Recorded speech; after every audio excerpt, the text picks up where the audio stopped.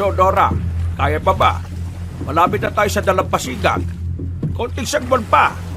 Oo, Boyet. Sige lang. Hindi kaya sinumpa tayo ng mga aswang na nakalaban natin?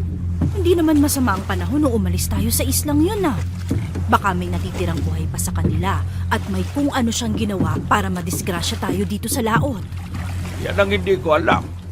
Huwag mo nang isipin yan. Ang importante, makakadaong tayo ng ligtas. Hangin at malalaking alo ng kalaban natin. Daniel, ano? Ayos ka lang ba? Opo, Tiyo Boyet. Konting galis lang naman po ito eh. Mabuti na nga lang at nakaiwas agad ako sa pasugod sa akin na aswang. Kung hindi, baka namatay ako ron sa isla. Ang importante, nakaalis tayo ron. Baka may iba pang aswang na nandun na tayo pa ang matalo. Yan din ang iniisip ko. Hindi dapat tayo maisa ng mga aswang na yon. Mga manunugis tayo. Kaya dapat sila ang maisa natin. Tiyo, mukhang delikadong sitwasyon natin ah.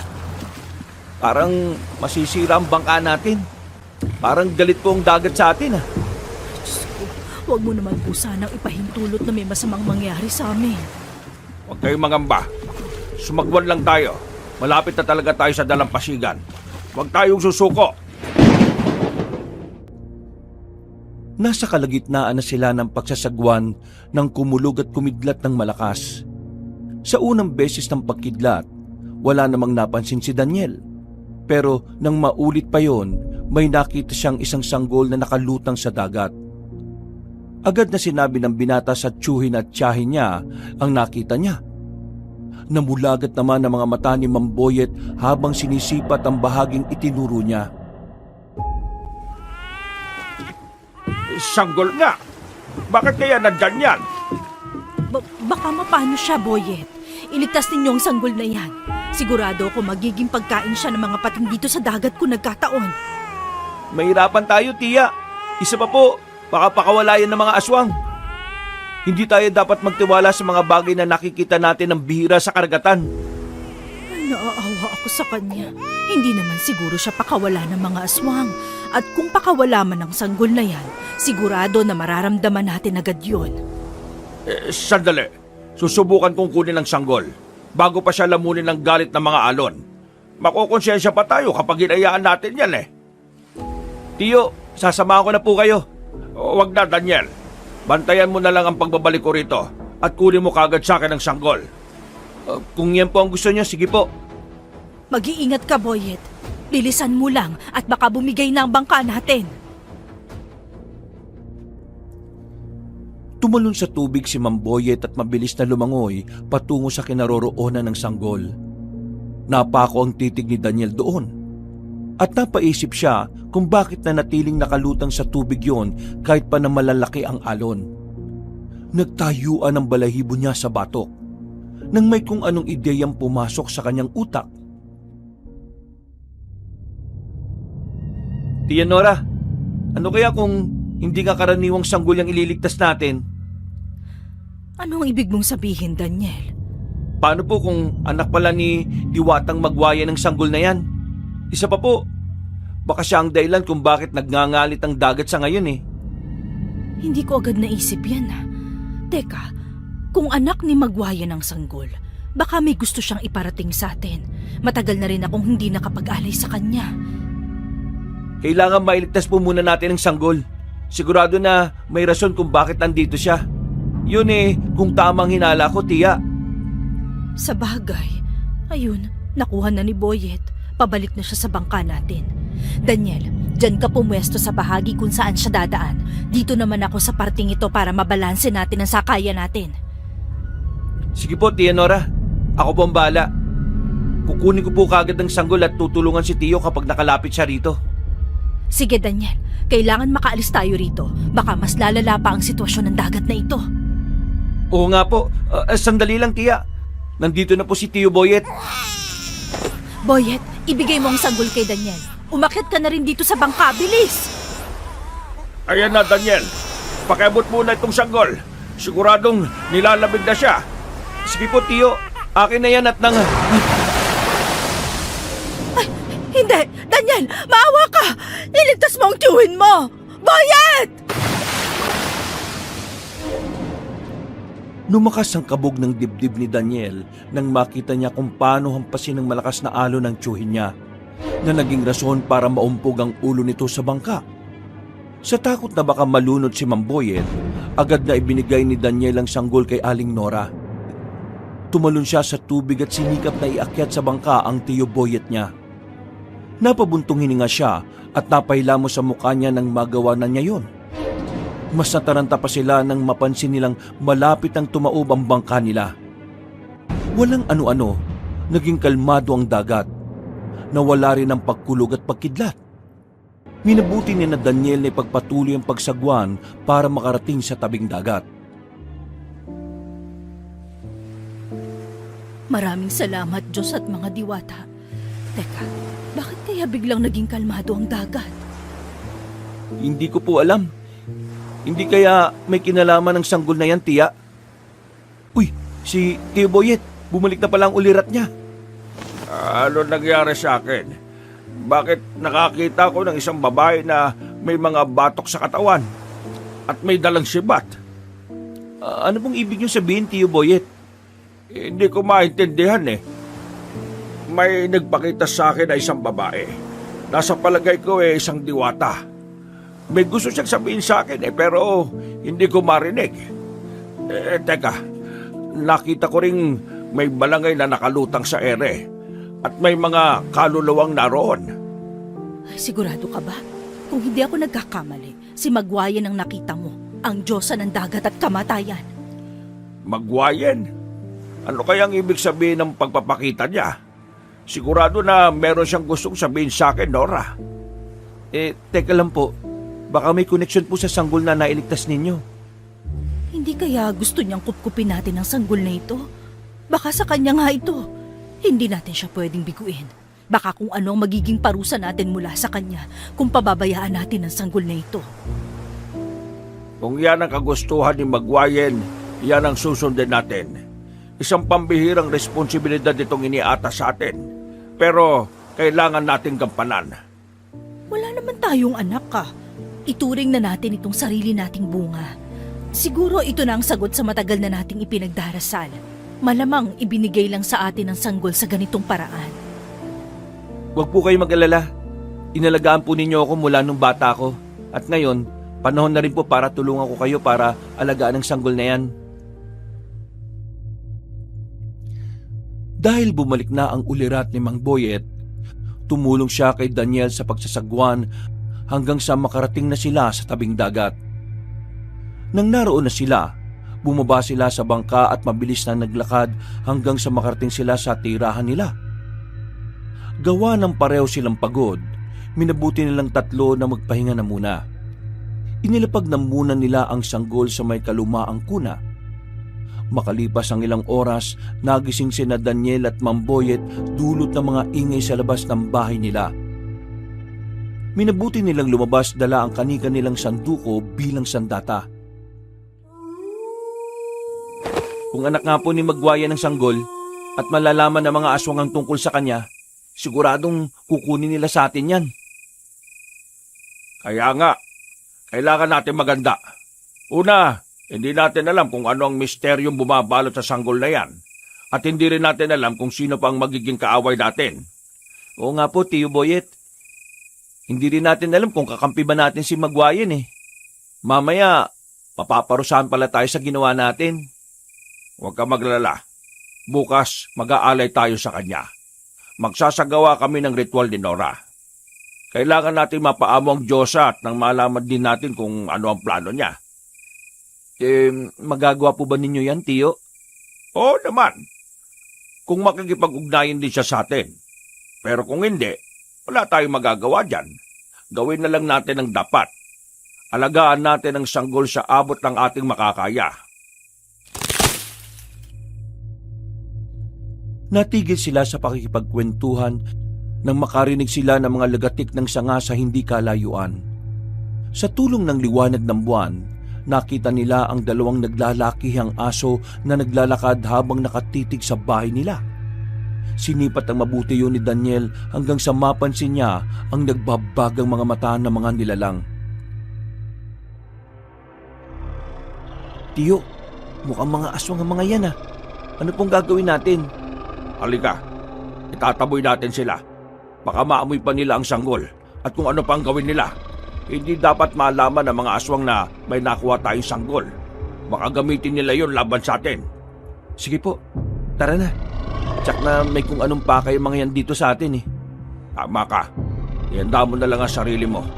At kung susugod sila sa atin... sandali.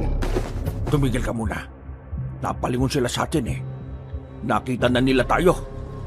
Ayun po. Tumakbo na yung mga naglalaki ang aso. Siguradong tatakas na sila. Habulin po ba natin sila? Oo, tayo na. Kailangan masiguro natin na nakalayo na sila. Sige po. Ayun. Patungo sila sa dalampasigan. Teka. Nagpalit po sila ng anyo. Ang mga naglalaki ang aso, naging mga ibon na. Mga walang ya. Hindi na natin sila masusundan. Kailangan pa naman nating malaman kung saan sila nagtatago. Ay, kasi siguro ako na babalik pa sila. Paano na po ngayon yan, Tiyo? Hintayin na natin ang pagbabalik nila. Kung kailangan bihagin natin ang isa sa kanila, gagawin natin. Sige po, kung yan ang gusto ninyo. Sige, gawin na natin. Magbantay na lang tayo sa paligid kapag sumapit na ang gabi. Kung may sadya sila sa atin, tama kayo. Babalik din naman sila eh. Nang wala ng presensya ng mga aswang, nagkasundo ang magtsuhi na bumalik sa loob ng bahay. Saktong pagpasok nila, nagising din si Aling Nora para umihi. Napakunot noo siya nang makita ang dalawa at agad na nag-usisa kung bakit lumabas sila. Nasa kalagitnaan sila ng pag-uusap nang mapansin nilang nagising ang sanggol. Sigurado ako na nagugutom o nauuhaw yan.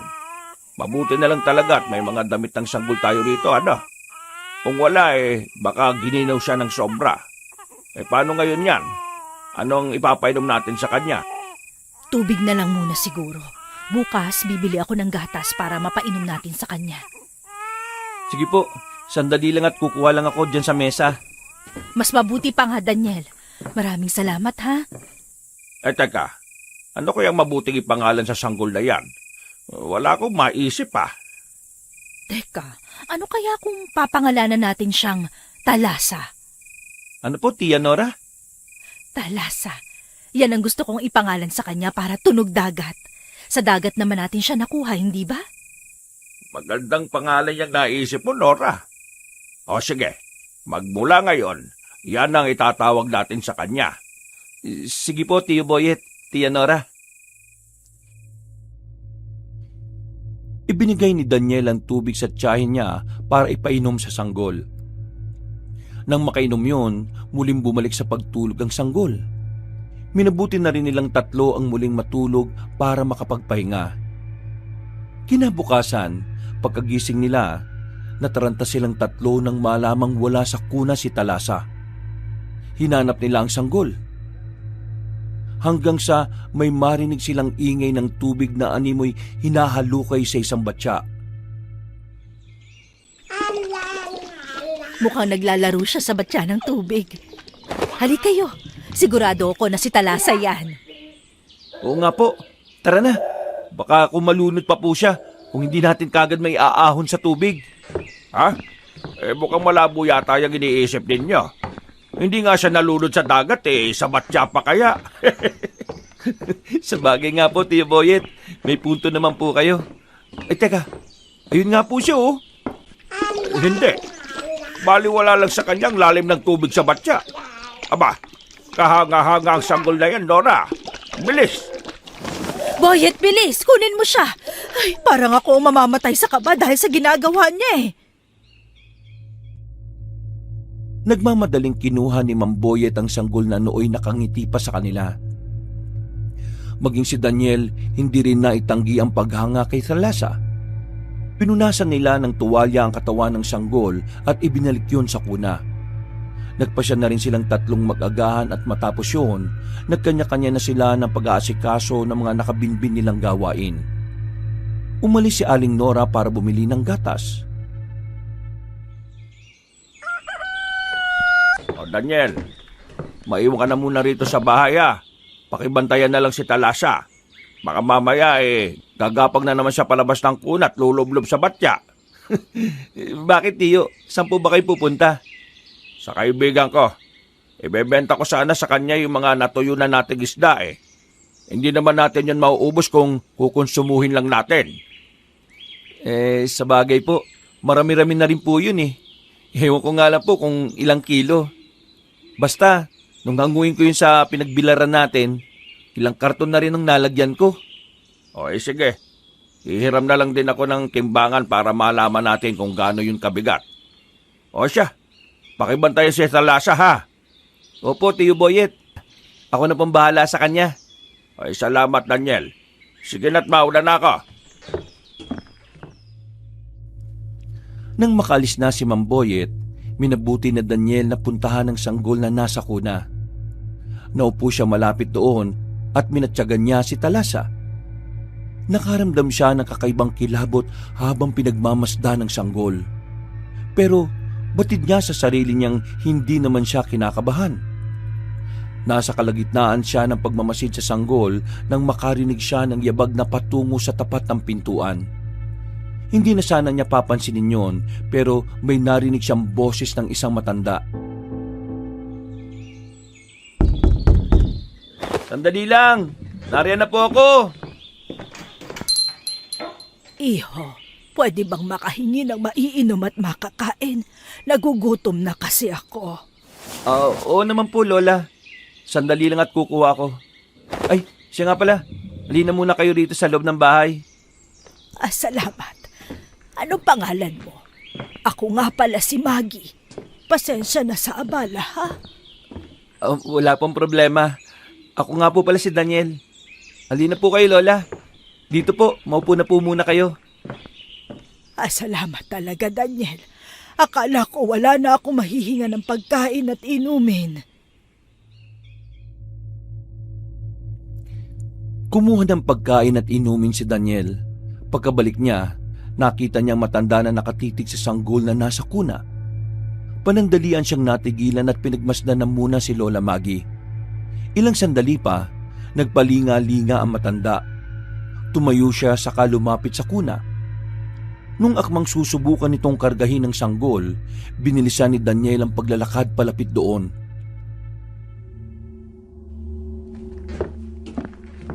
Lola, eto na po Kumain na po muna kayo. Salamat, Daniel. Naku, parang nanginginig na nga ang kalamnan ko Teka, kaninong sanggol ba yan, ha? Sa tiyo at tiya ko po. Bali, pinsan ko po siya.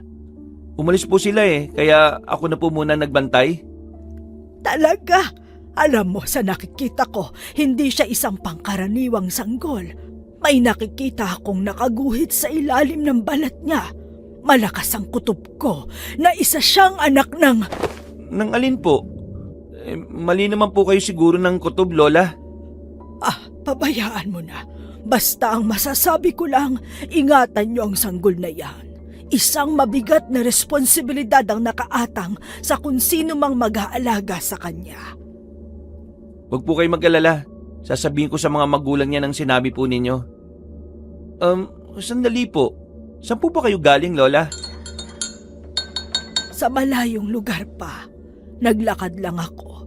Pero hindi talaga ako pamilyar rito. Ilang bahay na rin ang hiningan ko ng tulong pero walang pumansin sa akin. Mabuti na lang talaga. Pinagbuksan mo ako, Daniel. Saan po ba sana kayo pupunta? Hindi ko alam. May sinundan lang akong enerhiya at sa hindi ko malamang dahilan, nakarating ako rito. Sa bahay na ito, nagmumula ang enerhiya. Ano pong ibig niyong sabihin? Hindi na ninyo dapat pinapasok dito sa bahay ang sanggol. Siya ang magdadala ng kaguluhan. Saan ba ninyo napulot yan? Alam kong hindi yan tunay na anak ng tiyo at tiya mo. Kinupkup lang nila ang sanggol. Bakit po? Ano po bang meron sa sanggol? Hindi po. Talagang anak siya ni Tia Nora. Huwag ka nang magmaang-maangan pa, Daniel. Akin na ang sanggol. Kailangang mailayo ko siya rito. Hindi siya nararapat na mapunta sa inyo. Bakit po? Ano po bang meron sa sanggol na yan? Anong koneksyon mo sa kanya? At bakit ipinipilit niyong kinukup lang siya ni na Tio Boyet? Hindi mo na kailangan pang malaman pa. Basta akin na ang sanggol at ilalayo ko siya rito. Ito na ang pagkain mo. Salamat. Kukunin ko na ang sanggol at aalis na ako dito. Wag ho! Pagagalitan po kayo ni na Tio. Pabayaan niyo na yung anak nila. Hindi ka naman niya inaano ah. Akin na ang sanggol. Kukunin ko siya.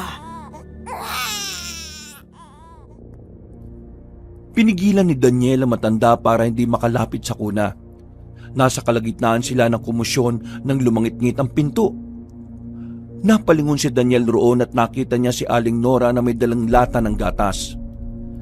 Natigilan ng Ali at napatitikin na Daniel. Agad siyang nag-usisa kung ano ang nangyayari.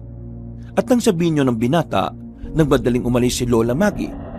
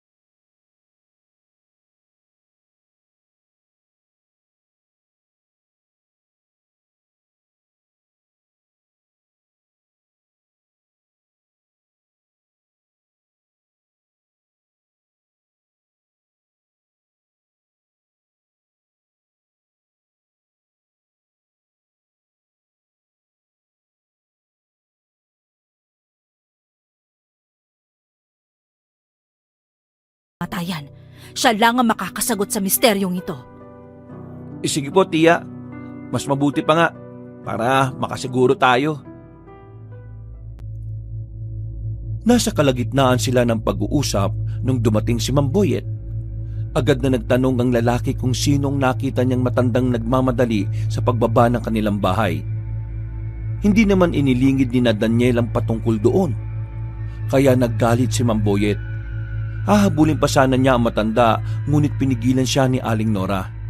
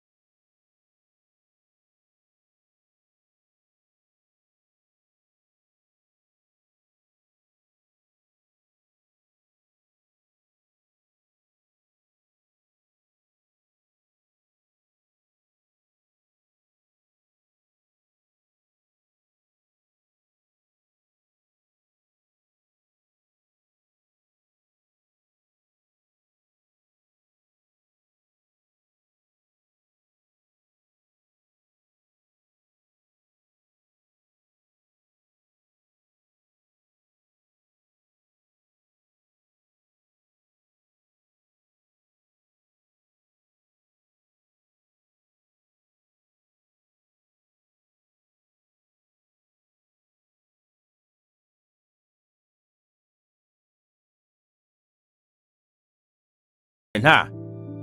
Sige po, Tio Boyet. Tutulungan ko po kayo mamaya.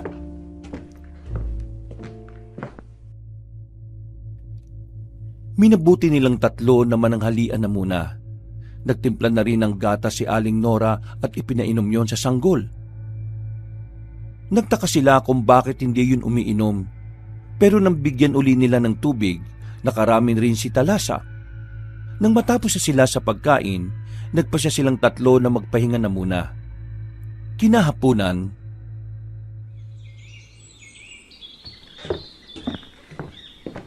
Ito, Daniel. Ilagay mo sa malapad na bato. Ito mga sariwang karne ng manok. Ito ang susunugin natin para masiyahan si Magwayen. sige po Tio, ilalagay ko na rin itong mga prutas doon. O, sige. Pagkatapos nito, pumasok ka na sa loob ng bahay, ha? Bantayan mo si Talasa. Sabihin mo na rin kay Tia Nora mo na bumaba dahil gagawin namin ang ritual.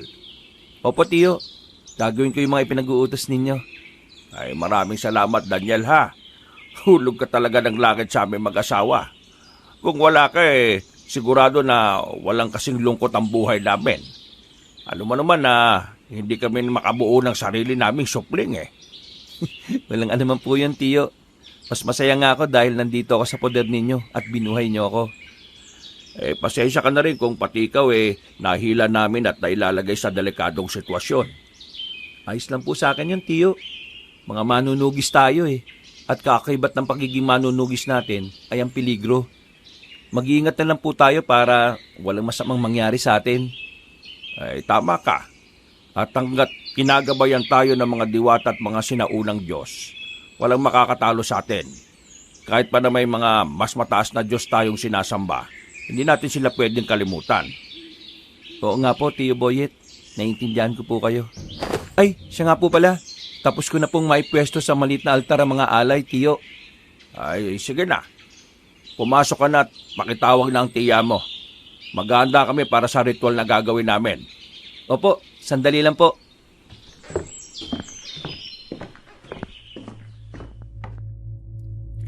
Pagkaakyat ni Daniel sa kanilang bahay, agad niyang sinabihan si Aling Nora na ipinatatawag na siya ni Mang Boyet. Hindi naman nag-aksaya ng panahon ng Ali at nagmadali na siyang bumaba. Pagsapit ng takip silim, napasilip na lang si Daniel para saksihan ng ritual na gagawin ng mag-asawa. Nasa kalagitnaan siya ng panonood sa ginagawa ng mag-asawa nang makaramdam siya ng antok. Sinubukan niyang labanan yon, ngunit hindi niya magawa. Nang lumaon, tuluyan siyang nilukob ng antok. At nagising siya nang yugyugin siya ni Mang Boyet. Oy, Daniel, napasarap yata ang tulog mo Oo nga po Hindi ko alam kung bakit bigla akong inantok Bakit? Siguro nanood ka ng ritual namin, ano? Ano pa nga ba? Dito nga siya nakatulog sa tapat ng dingding Ayan no, kitang-kita ang siwang. Malamang sumilip siya dyan. Paano po naman ninyo nalaman, Tiyo Boyet, Tia Nora? Alam mo kasi, Daniel, talagang aantukin ka sa ritual namin. Aba, hindi basta-basta magpapakita si Magwayan kapag gising ka. Kaya nga kalahating tulog at kalahating gising kami kapag nagre-ritual Yun nga lang, hindi nagparamdam sa amin si Magwayen. Bigo naming makausap siya, Daniel. Bakit naman po kaya? Hindi namin alam. Yan na nga ang problema. Kung makakausap sana namin siya, baka magkaroon ng kasagutan ng mga tanong natin patungkol sa sanggol na kinupkup natin. Hindi bale. Sa pagbilog ng buwan, susubukan natin ulit. Sana sa pagkakataong yun maging matagumpay na ang pakikipag-ugnayan natin sa kanya.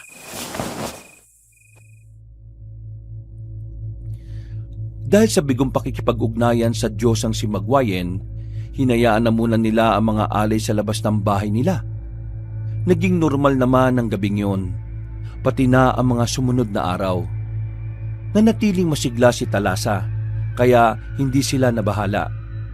Wala na rin nagpaparamdam mula sa mga aswang, kaya nakampante silang tatlo. Isang dapit hapon, nagulat sila nang may dumating na isang aling umiiyak. Humingi siya ng tulong upang tugisin ang mga aswang na dumukot sa kanyang anak. Dahil dito, nagpresenta si Mang Boyet na siya na lang ang aalis para bawiin ang bata. Daniel, ikaw nang bala sa sanggol ha. Huwag mong pababayaan ang tiya Nora mo. Babalik din kagad ako. Sige po, Tiyo Boyet. Hindi ko sila pababayaan, pangako po. Mag-iingat ka, Boyet. Bumalik ka agad, ha? Natatakot ako para sa sanggol Baka may mga aswang ding sumugod dito para kunin siya. Huwag ka na matakot. Kasama mo naman si Daniel Malaki ang tiwala ko sa kanya. Mahusay naman siyang makipaglaban sa mga aswang. Teka, Daniel. Bakit po, Tiyo? Ibibigay ko muna yung mutya ko sa iyo ha. Karagdagang proteksyon mo sa mga aswang.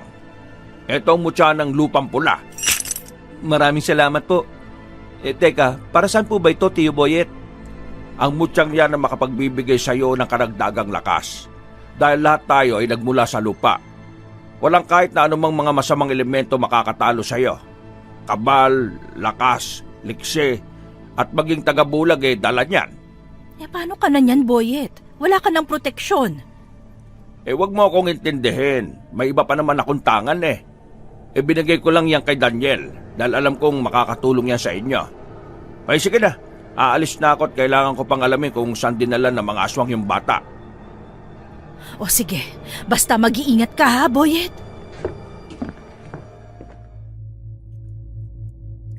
Pinanood na lang ni Daniel ang tiyuhin niya habang pababa sa kanilang bahay.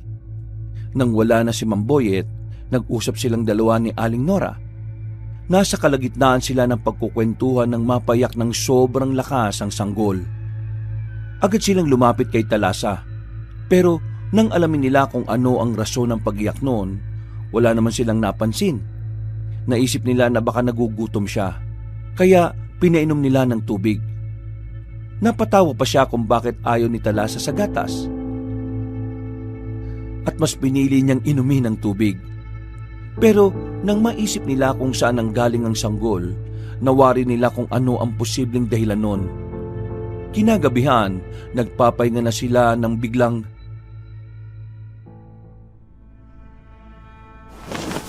Daniel, hindi maganda ang kutob ko. Iba ang ihip ng hangin sa gabing ito. May hindi magandang mangyayari. mangyayari po. Ano bang ibig niyong sabihin, tiya? May hinala akong may pananalasa ng aswang na mangyayari sa gabing ito. Ay Diyos ko, wag mo naman sanang ipahintulot na may masamang mangyari kay Boyet. Huwag niyo na pong isipin yung mga masasamang mangyayari kay Tiyo, tiya. Ang mas mabuti pa po, matulog na lang tayo at ako nang magbabantay sa paligid. Alam mo naman na hindi ako makatulog kapag umaalis ang tiyuhin mo Sige lang, kailangan nating magbantay sa paligid. Hindi natin alam baka dito pala manalasa ang mga aswang. Sa bagay po, tiya. Kailangan din nating bantayan si Talasa. Baka siya talaga ang pakay ng mga aswang Yan din ang pinangangambahan ko. Ilang gabi nang hindi mapakali ang sanggol na yan. Malakas ang kutob ko na alam niyang may mangyayaring hindi maganda. Parehong natigilan ng dalawa nang biglang umiyak si Talasa.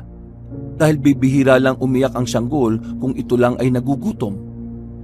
Pero kakapainom pa lang nila ng tubig sa bata.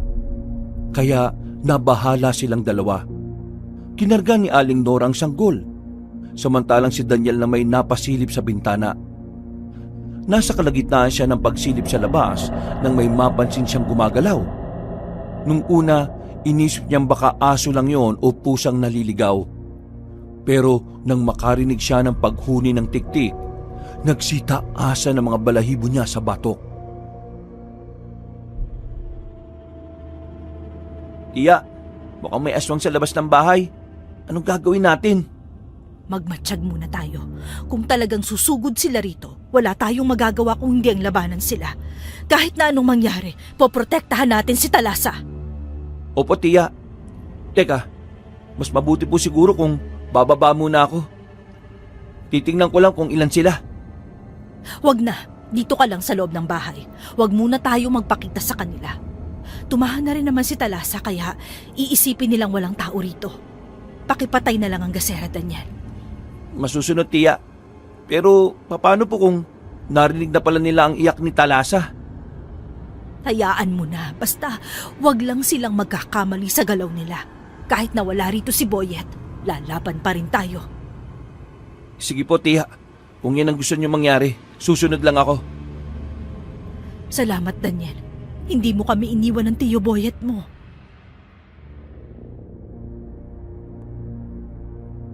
Napatango si Daniel sa winika ng tiyahin niya.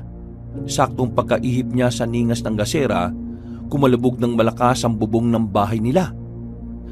Naramdaman din nila ang mahinang pagyanig habang may nauulinigan silang kaluskos sa mga dingding. Alam ni Daniel na mga aswang ang may gawa nun, kaya nabahala siya.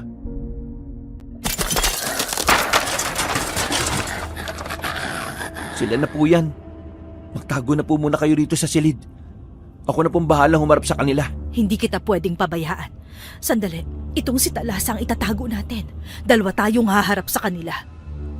Paano naman po ninyo may tatago yung sanggol na yan? Ito, itim na tela. Kakargahan ko lang ng orasyon para sa tagabulag para hindi siya makita at maamoy ng mga aswang. Ako na po magtatalukbong yan kay Talasa. Sige, mas mabuti pa nga. Kukuha lang ako ng itak na panlaban sa mga yan. Pakikuha na lang din po yung sanduko ko, tiya. Sige, Daniel. Sandali lang. O itong sanduko mo. Hawak ko na rin tong itak ko na nabasbasan nung nakaraang pagbilog ng buwan. Maraming salamat po. Talagang hindi titigil ang mga aswang na yan hanggat hindi natin sila napapatay.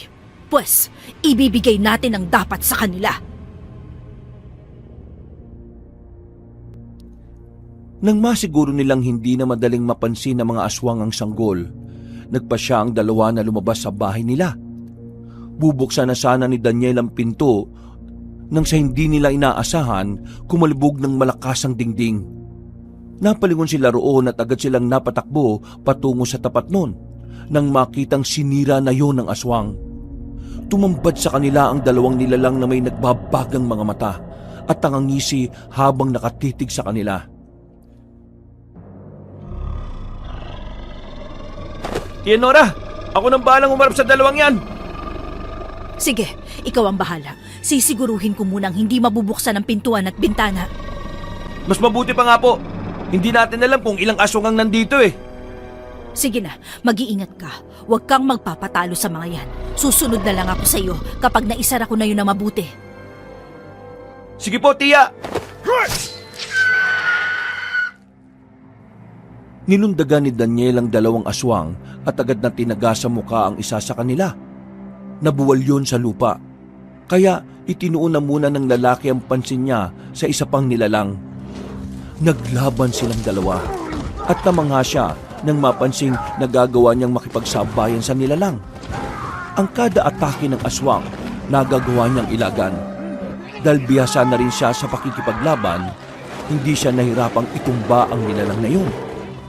Nang mabuwal ang aswang, inundayan niya ng tagayon hanggang sa tuluyan ng mamatay. Gagapang sana papalayo ang isa, pero nakita agad siya ni Daniel. Nilapitan niya yon at minabuting tapusin na ang buhay nun. Yan ang bagay sa mga tulad ninyo. Ano, Daniel? Ilang aswang ba ang nandyan? Sandali, bababa ako! Hindi ko pa po alam eh. Dalawa na ang nakalaban ko. Pero baka may mga nilalang pang kasama mga yan, tiya. Halika, tingnan natin ang paligid. Ang bubungan, tingnan na rin natin at baka may nakapwesto ron. Sige po, tiya. Teka, susubukan ko na lang pong akyatin ang bubong sa pamamagitan ng bintana. Mas maigi pa nga. Mag-iingat ka lang at baka mahulog ka, Daniel. Sige po, sandali lang naman po ito eh. Sisiguraduhin ko lang na walang aswang sa bubong ng bahay natin. Maingat na umakyat si Daniel sa bintana. Pumatong na rin siya roon at sinikap na makita ang bubong ng bahay nila. Saktong pagkasilip niya roon, nakita niyang lumundag ang aswang. Agad din siyang lumundag at sinabi kay Aling Nora ang patungkol sa nilalang. Hinabol nila yon pero sa kasamaang palad, hindi na nila naabutan. Nang masiguro nilang wala na ang aswang na yon, minabuti nilang iligpit ang bangkay ng dalawang nilalang. Si Daniel na mismong nagukay at naglibing doon sa mga yon. Nang pauwi na siya, napatitig siya sa hindi kalayuan at napakunot noo siya nang makita si Mamboyet na paika-ika ang lakad. Dahil dito, patakbo siyang lumapit sa tiyuhin niya.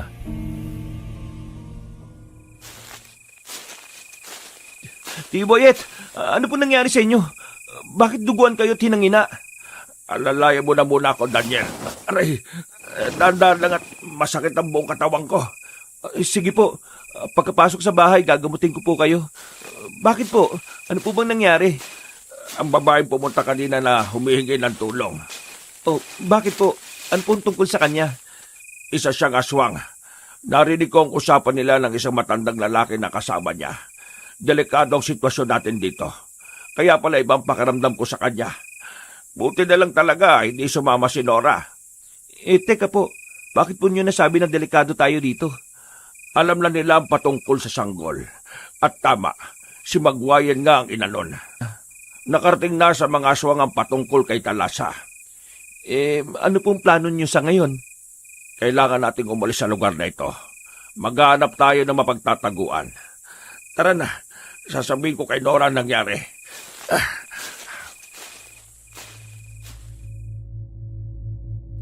Inalalayan ni Daniel si Mamboyet hanggang sa makarating sila sa bahay nila. Pagkakita ni Aling Nora sa asawa niya, taranta siyang kumuha ng gamot. Nang ginagamutan niya ang galos ni Mamboyet, nagkwento naman ng lalaki patungkol sa naging inkwentro niya sa mga aswang. Nanatili na lang si Daniel sa tabi ng dalawa habang nakikinig sa pag-uusap nila. Kung hindi lang sana nila ako pinagkaisahan, baka naubos ko pa sila. Pero may nabanggit sa akin ng isang aswang. Ano naman yun, Boyet? Ang sanggol. Siya ang anak ni Magwayen. Tama ang hinala natin. Gusto nilang kunin si Talasa para gamitin laban sa Diyosa. Yan ang hindi natin papayagan. Ipinagkatiwala sa atin ng sanggol, kaya dapat ingatan natin siya at proteksyonan. Tama ka dyan. Bahala na.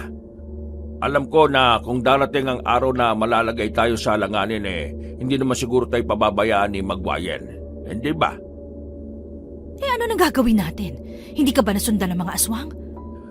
Yan pa ang iniisip ko. Gusto ko sanang umalis dito sa layon. Alam na ng mga aswang ang patungkol kay Talasa. At natuntun na rin nila ang bahay natin. Kung yan na makabubuti para sa anak ni Magwayen at para na rin sa atin, yan ang gagawin natin, Boyet. Sige, ngayon mismo, maganda tayo ng mga damit na dadali natin. May alam akong abandonadong kubo sa gubat. Mas mabuti siguro kung doon muna tayo. Hindi tayo madaling matutuntun doon. Meron ding bukal doon, kaya may mapagkukunan tayo ng tubig.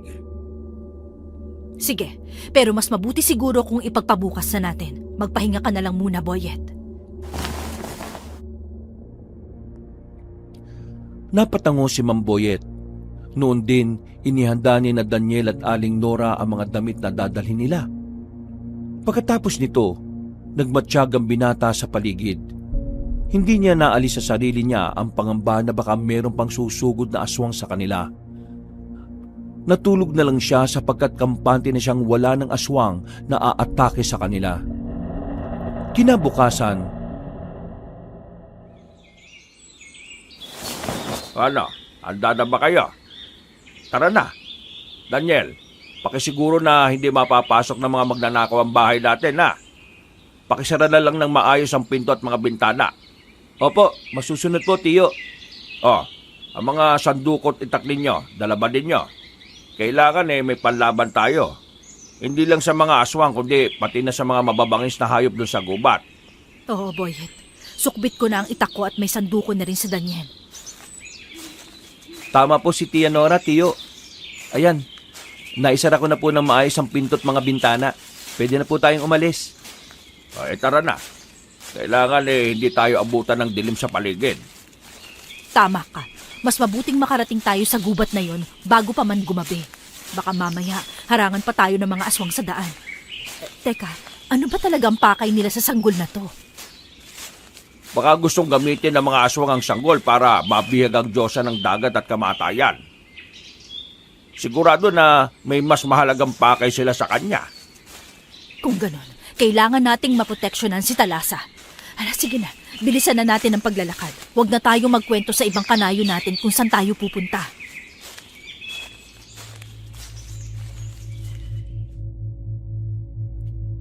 Nagmadali sila sa paglalakad nila.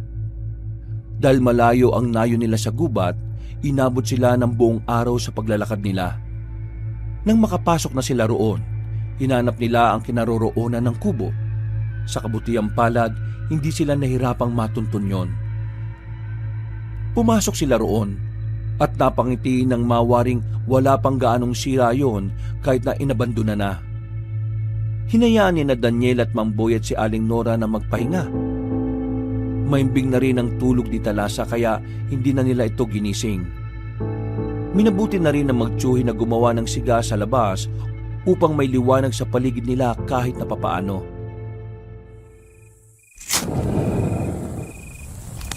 Sana hindi na tayo matuntun ng mga aswang dito.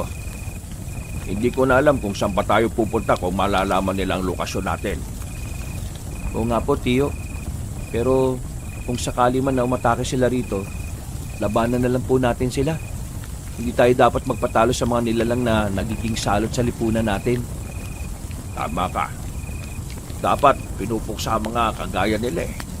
Hindi dapat natin sila inahayaang magasik ng lagim dito sa atin. Ano na po ang plano nyo kay Talasa? Paano po kung bawiin na siya ni Magwayen? Hindi ko pa alam, Daniel. Kung ako lang, isosoli ko yung sanggol na yun eh. Pero hindi ko alam kung anong desisyon ng tiya Nora mo. Kahit ako, napalapit na rin sa akin si Talasa. Sa akin man. Pero kung mas makabubuti sa kanya ang sumama kay Magwayen, hindi na nyo dapat na ipagkait yun, di ba? Oo, may punto ka. Pero wala kaming anak eh. At nabigyan kami ng pag-asa nang dumating si Talasa sa buhay namin. Kahit na hindi man siya dumaan sa sinapupunan ni Nora, pwede naming ituring na anak siya.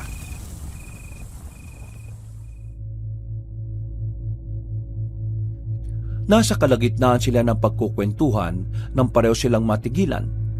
May narinig silang kaluskos ng mga dahon at lagatik ng sanga.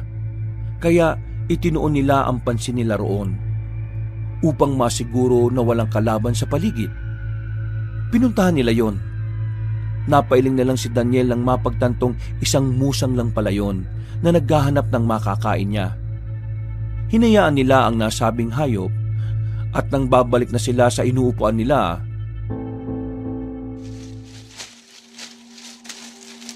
Daniel, may iba pang gumagalaw ron, oh. Pakiramdam ko, hindi na yan isang musang. tingnan po natin, Tiyo. Baka mamaya may nakasunod na pala sa atin dito. Tara, hindi ko gusto tong nararamdaman kong kilabot eh. Sigurado ko na isang aswang yan. Ako rin po. Maalinsangan ang pakiramdam ko, Tiyo. Ayun! Papunta siya sa bandang likuran ng kubo. Ikutan natin, Daniel. Sana'y mali lang tayo ng hinala. Gusto ko maging tahimik ang buhay natin dito eh. Pero...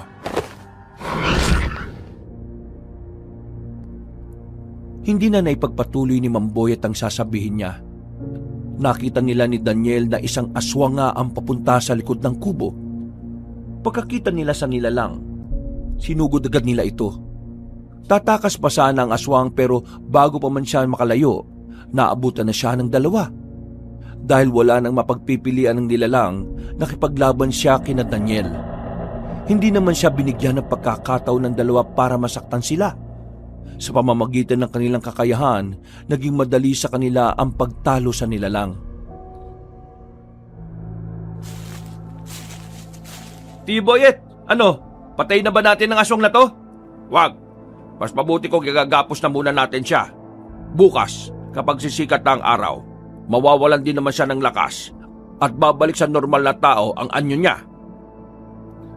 Ano pong pinaplano nyo? Aalamin natin mula sa aswang na to kung ano ang pakay nila kay Talasa. Iba pa rin kung mula talaga sa kauri nilang ideyang makuha natin. Sa bagay po. Sige, mabuti pa nga pong igapos natin to. Bukas, aalamin din natin sa kanya kung saan sila nagkukuta. Oo, Daniel. Kung ang pagsugod sa kanila ang magiging rason para maging tahimik ang buhay natin, gagawin natin. Sang-ayon po ako sa inyo, Tiyo.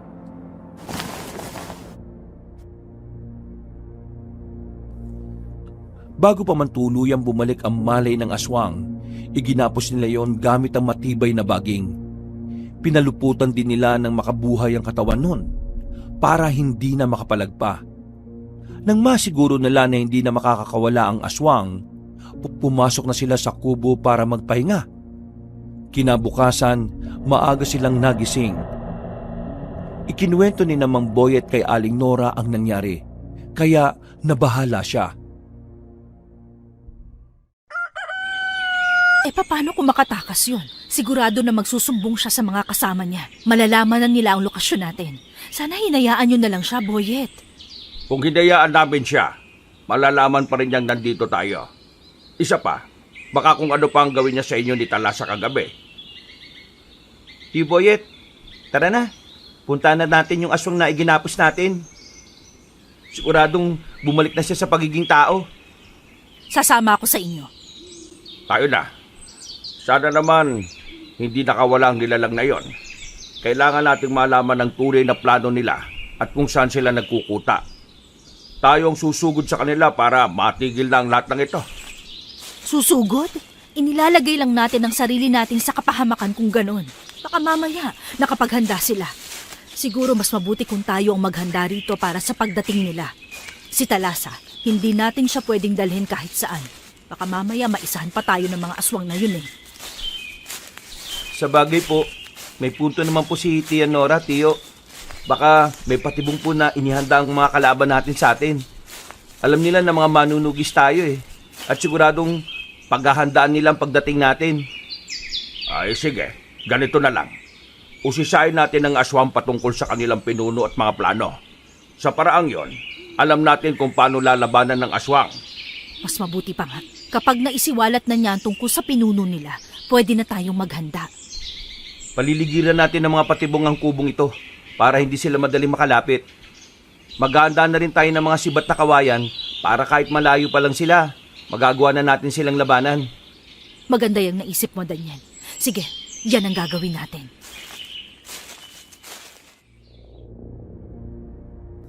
Nang makarating sila sa tapat ng puno na pinaggapusan nila ng aswang, nakita nila ang isang lalaking walang saplot. Puno ng sugat ang katawan nito at masyado ng mahina. Nang mapansin ng lalaki na nandun silang tatlo, nagpumiglas siya habang nagmamakaawang pakawalan.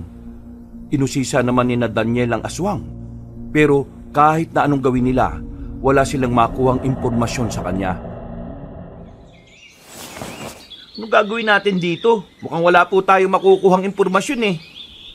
Ang dapat sa mga aswang na yan, pinapatay. Kung makakapagbigay sana siya ng impormasyon sa atin tungkol sa pinuno nila at pati na sa kung ano ang pakay nila sa anak ni Magwayen, may posibilidad pa sanang palayain natin siya eh. Eh kaso po, wala talaga eh. Paano ba to? Hay naku, wag na nga kayong magmaang-maangan pa. Alam naman natin na mga berdugo kayo ng mga aswang eh. Si Tia talaga oh. Sige po, ganito na lang. Bibigyan natin siya ng pagkakataon. Kapag wala talaga, ibibilad natin siya sa araw hanggang sa mamatay siya. Sige, hayaan natin na ang araw na ang humusga sa kanya. Total, ayaw naman niya magsalita eh.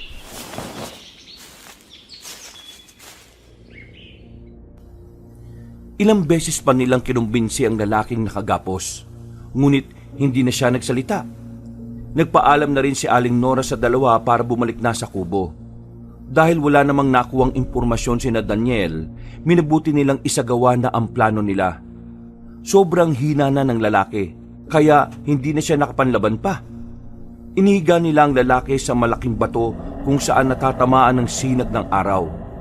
Iginapos nila yon ng mahigpit upang hindi makawala. Dahil malayo naman yon sa kubo kung saan sila nananatili, alam nilang hindi sisingaw roon ang nakakasulasok na amoy ng bangkay ng lalaki kung sakali. Diyan ka na mamamatay. Kahit anong gawin mo, hindi ka na makakatakas. Dapat lang naman sa tulad niya kamatayang yan eh, hindi po ba? Siguro marami na siyang nabiktimang tao. Tara na, bumalik na tayo sa kubo. Sige po, hayaan na natin ang lalaking yan. Wala naman tayong mapapala sa kanya eh. Tama ka. Ang gawin na lang natin, maganda tayo sa pagdating ng mga aswang. Hindi malabo na matuntun nila tayo rito. Ang pinagkaiba lang ng nasa nayon pa tayo, marami pong posibleng madamay. Dito, walang ibang masasali sa gulo. Dalawang bagay lang ang pwede mangyari. Maubos nila tayo o sila ang maubos natin. Tama ka dyan. Pero dapat, sila ang maubos. Marami na rin tayong laban na napanalunan. At sigurado na tayong hindi tayo mahihirapan sa haharapin natin na ito. Oo nga po. Ang importante sa ngayon eh, hindi nila makuha si Talasa. Naglakad sila hanggang sa makabalik na sila sa kubo. Nang nandoon na, sinabi nila kay Aling Nora ang magiging plano nila. Hindi naman sila pinigilan ng Ali. At nagbigay na rin siya ng mga suhestyon para madali nilang matalo ang mga nilalang na naghahangad na makuha si Talasa. Matapos yun, bumaba ang magtsuhin upang gumawa ng mga patibong. Si Aling Nora naman, pinainom ng tubig ang sanggol. Sigurado na hindi na sila makakawala sa ganitong patibong. Isang patibong, isang aswang. Ito naman po, isasabit natin sa puno. Kapag may dumaang aswang, mauhulog ito at siguradong durog ang katawan niya. Paligiran na rin natin ng baging na makabuhay ang kubo. Kailangan hindi makapasok ang mga aswang na yan. Oo nga po, Tiyo. Pati sa silong ng kubo, lagyan na rin natin ng makabuhay. Baka dun pa sila pumasok para sumilip eh. Ang mga sanduko at itak natin, ibaw na muna natin sa lupa. Kapag may aswang, uhugutin natin yon saka gagamitin laban sa kanila. Sige po, Tiyo. Ako na ang gagawa niyan. Ang mga matutulis na kawayan po, ilalagay po ba natin sa paligid ng kubo? Wag na. Tayo ang gagamit niyan. Yan ang isisibat natin sa mga aswang. Sigurado na kapag matamaan sila sa puso niyan hindi na sila makakaligtas pa. Sige po, dadamihan ko na lang po yung kawayang patutulisin ko. Nang matapos nilang maihanda ang mga patibong nila, bumalik na sila sa kubo para kumain. Malapit na ring dumilim kaya nagpasya na rin silang magpahinga. Sa pagdaan ng mga araw, wala naman silang naramdamang kakaiba. Sobrang tahimik ng gubat at kahit na mga kulisap, wala silang masyadong naririnig. Nung una, iniisip nilang baka normal lang yun. Ngunit nang napapadalas ang pag-amoy nila ng malansang samyo ng hangin, nabahala sila para sa gagawing pagsugod ng mga aswang. Nora, matulog ka na. Malalim na ang gabi, oh. Hindi ako makatulog eh. Nag-aalala ako. Baka sumugod dito ang aswang at kunin nila si Talasa sa atin. Wala po tayong dapat na ipangamba, Tiya. Magbabantay naman kami ni Tiyo sa paligid eh. Hindi kami papayag na may mga aswang na makapasok sa kubong to. Tama ang pamangkin mo. Kaya sige na, Nora, matulog ka na. Kapag umiyak naman si Talasa, hindi ka gaanong nakakatulog. Ngayong mahimbing ang tulog niya bumawi ka na rin. Sige, basta. Kapag may kakaiba sa paligid, gisingin niyo agad ako, ha? Oo na. Basta matulog ka na at kami nang bahala. Sige, matutulog na ako. Nang nakatulog na si Aling Nora, nagpasya sina Daniel na bumaba sa kubo. Nagmatsyag sila sa paligid. At napagtanto nilang mas malansa ang simoy ng hangin ng gabing yun. May narinig din silang alulong ng mga aso sa malayo. Kaya napagpasya nila na rumonda sa loob at sa labas ng gubat. Nagdala na rin sila ng sulo dahil hindi gaanong lumulusot ang liwanag ng buwan sa kakahuyan. Nasa kalagitnaan sila ng pagroronda nang may marinig silang may mabibilis na yabag. Tiyo, mukhang may mga kalabang paparating ah. Umiinit yung mutyang tangan ko eh. Sa akin din. Sigurado na sila na yan. Kung naisan nila ako dati, hindi na ako papayag na gawin ulit nila yung sa akin. Ano po, babalik na po ba tayo sa kubo? Wag na muna. Kung mga aswang nga yan, haharangan natin sila para hindi sila makalapit doon. Sige, ganito. Bumalik ka sa kubo, gisingin mo ang tiyan Nora mo, at balaan mo sila patungkol sa mga aswang. Sige po, sasabihan ko na rin po siyang maganda para sa pagdating ng mga aswang. Oo, sabihan mo rin siyang siguraduhin ang kaligtasan ni Talasa, ha? Bumalik ka kagad dito, at haharangan natin ang mga nilalang na yan. Napatango si Daniel sa tiyuhin niya. Kahit nakakaunting liwanag lang ang tumatama sa kanilang pwesto, minabuti pa rin niyang tumakbo para mabilis siyang makarating sa kubo kung saan sila nananatili. Saktong nagising naman si Aling Nora dahil sa pag-iyak ni Talasa, kaya hindi na siya nag-alinlangang sabihin ang pinapaabot na mensahe ni Mang Boyet. Sige na, ako nang bahala rito, Daniel. Sige po, Tiya. Kapag po kailangan niyo ng tulong, sumigaw lang kayo kagad at babalik po kami rito. Sasalubungin po namin ang mga aswang. Mag-iingat kayo. Huwag mong pababayaan ang tiyuhin mo, ha? Sige na, bumalik ka na sa kanya at baka nandun na ang mga aswang. Sige po, Tiya. Mauna na po ako sa inyo, ha? Pagkawika niya, agad siyang tumakbo pabalik sa Tiyo Boyet niya. Hanggang papalapit siya roon, nakarinig siya ng mga pag-angil at maging ng pagsigaw ng tiyuhin niya. Alam niyang nagkaroon na ng sagupaan, kaya hinugot na rin niya ang sanduko niya mula sa kaluban nito. Saktong pagkarating niya roon, nakita niyang nakikipaglaban si Mamboyet sa 3 aswang. Dahil dito, inatake niyang isa sa kanila at agad na pinatay.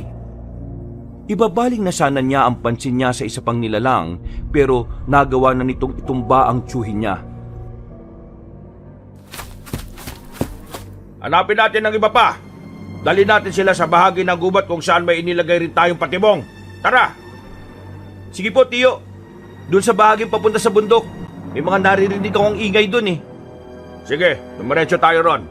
Maging alerto ka lang ha. Gabi ngayon at hindi natin alam kung anong kayang gawin ng mga aswang sa atin. Opo, tiyo. Baka kung makapunta pa sila sa kubo eh. Yan ang iiwasan natin. Panghuling proteksyonin ng Nora ang patibong na nakapaligid doon. Kapag nakapalag sila ron, malalagay sa panganib ang tiyahin mo, pati na ang anak ni Magwayen. Ilis na lang po natin ang atensyon ng mga aswang. Sige, yan ang gagawin natin. Tayo na. Daniel, diretso tayo sa bahagi kung saan mayroong mga ingay ha. Sige po, tara na po. Tumakbo silang dalawa para puntahan ang pinagmumulan ng ingay. Habang papalapit sila roon, mas lalo ring uminit ang pakiramdam ni Daniel. Alam niyang papalapit na sila sa mga aswang, kaya inihanda na nila ang mga sanduko nila. Walang ano-ano, nakarinig sila ng pag-angil. Parehong natigilan ng magtiyuhin at nang mapatitig sila sa unahan nila, nakita nila ang napakaraming mga mata na nagbabaga. Iboyet, mga aswang po mga yan at nakikita na nila tayo. Kaya nga, sige, hintayin natin umatake sila sa atin. Saan na tayo tatakbo? Patungo sa bahagi kung saan natin inilagay yung mga patibong natin. Sige po. Ayan, papasugod na po sila rito sa pwesto natin, tiyo. Ano pang hinihintay natin? Tumakbo na tayo papunta sa mga inihandang patibong natin. Saksihan natin ang pagkamatay ng mga aswang na yan. Sige po, tiyo. Tara na. Huwag po nang lingodin ang mga yan, ha? Sige na. Mas bilisan pa natin ang pagtakbo. Mukhang mas mabilis sila kaysa sa atin, eh.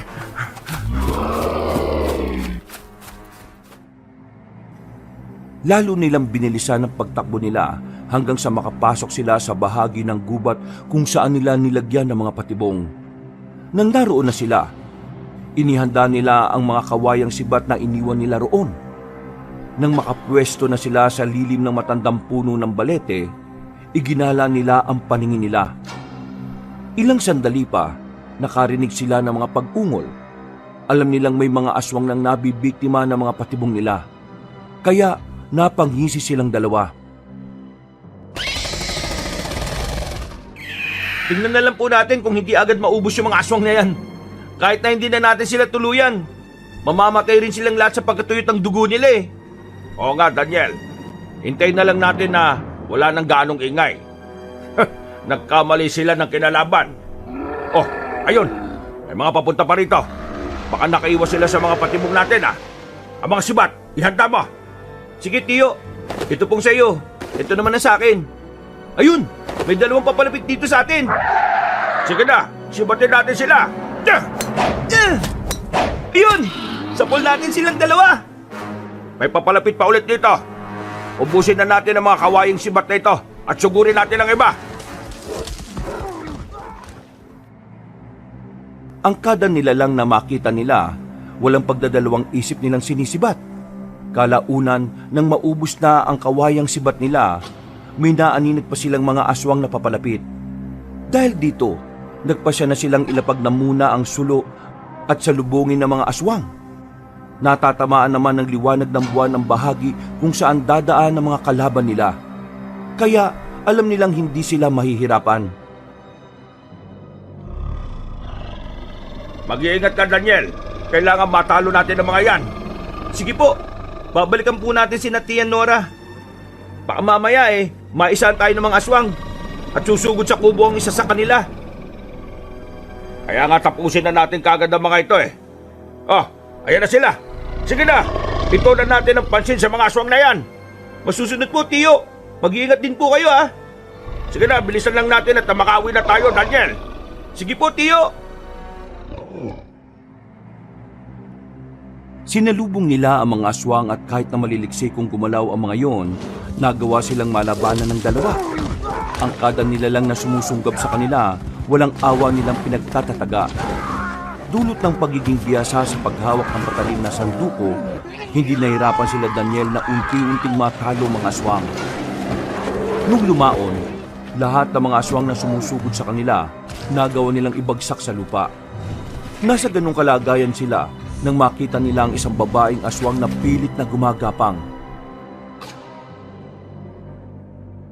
Teka, mukhang yan ang aling nanghingi ng tulong sa atin ah. Ang alin na isa palang aswang. Humanda sa akin yan. Siya nga, Tiyo. Kahit na nasaan yung aswang siya, malalaman pa rin natin ang hubog na itsura niya eh. Ikaw, bakit mo nagawang lansina ka? Inakala mo bang madali niyo ako matatalo?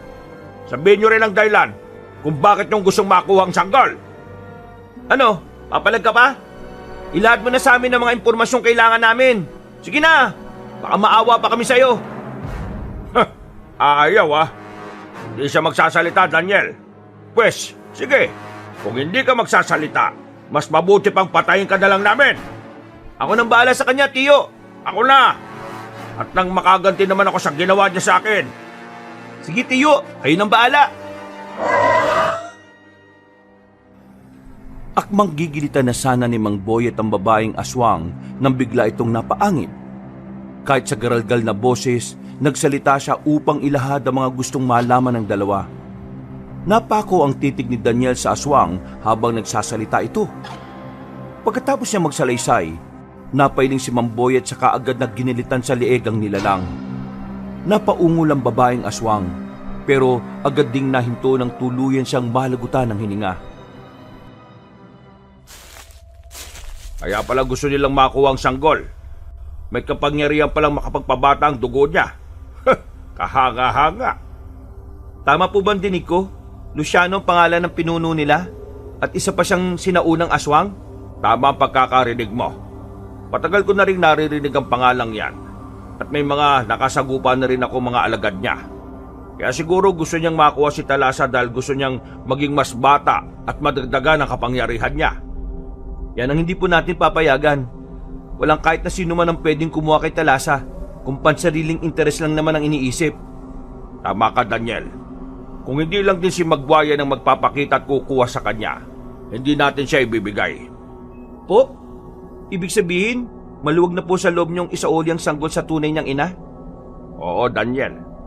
Kung alam kong sa piling ng ina niya, magiging payapa at ligtas siya, walang problema sa akin yon. Ewan na lang sa tiya mo. Mukhang malapit na rin ang loob niya sa sanggol eh. Nabanggit nga po sa akin ni tiya dati yan eh.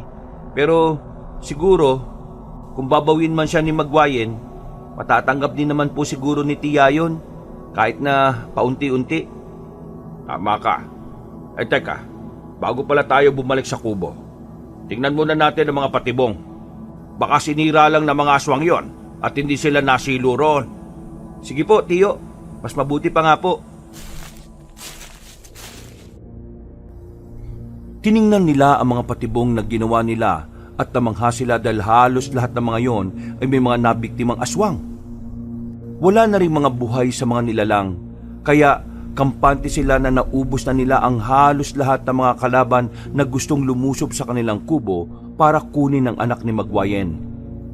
Pupuntahan pa sana nila ang ibang bahagi ng gubat nang parehong matigilan sina Daniel at Mang Boyet dahil sa narinig nila. Aba, boses ni Dora yun ah. Tara na, Daniel. Baka kung ano na nangyayari sa kubo. Baka may mga aswang na umatake na ron. Oo nga po. Sinabihan ko naman siya na sumigaw kapag kailangan na niya ng tulong eh. Sigurado po na may hindi magandang nangyayari ron. Sana walang masamang mangyari sa asawa ko at kay Talasa. Sige na, tumakbo na tayo. Iwanan natin ang sulo natin. Sige po, Tiyo. Mabilis silang tumakbo pabalik sa kubo. Ilang beses pa nga nadapa si Daniel, pero bumabangon pa rin siya para mahabol si Mang Boyet. Nang medyo malapit na sila, mas naging malakas pa ang pagsigaw ni Aling Nora. Lalapit na sana sila sa kubo para pasukin yun, pero nakita nila ang napakaraming aswang na nakapaligid doon. Nalintikan na. Mas madami pa nga mga aswang na nandito kaysa sa nakalaban natin kanina eh. Walang ya. Oo nga po. May iilan pa sa kanila na namatay na dahil sa mga patibong natin. Pero ang iba, nagawang makaligtas.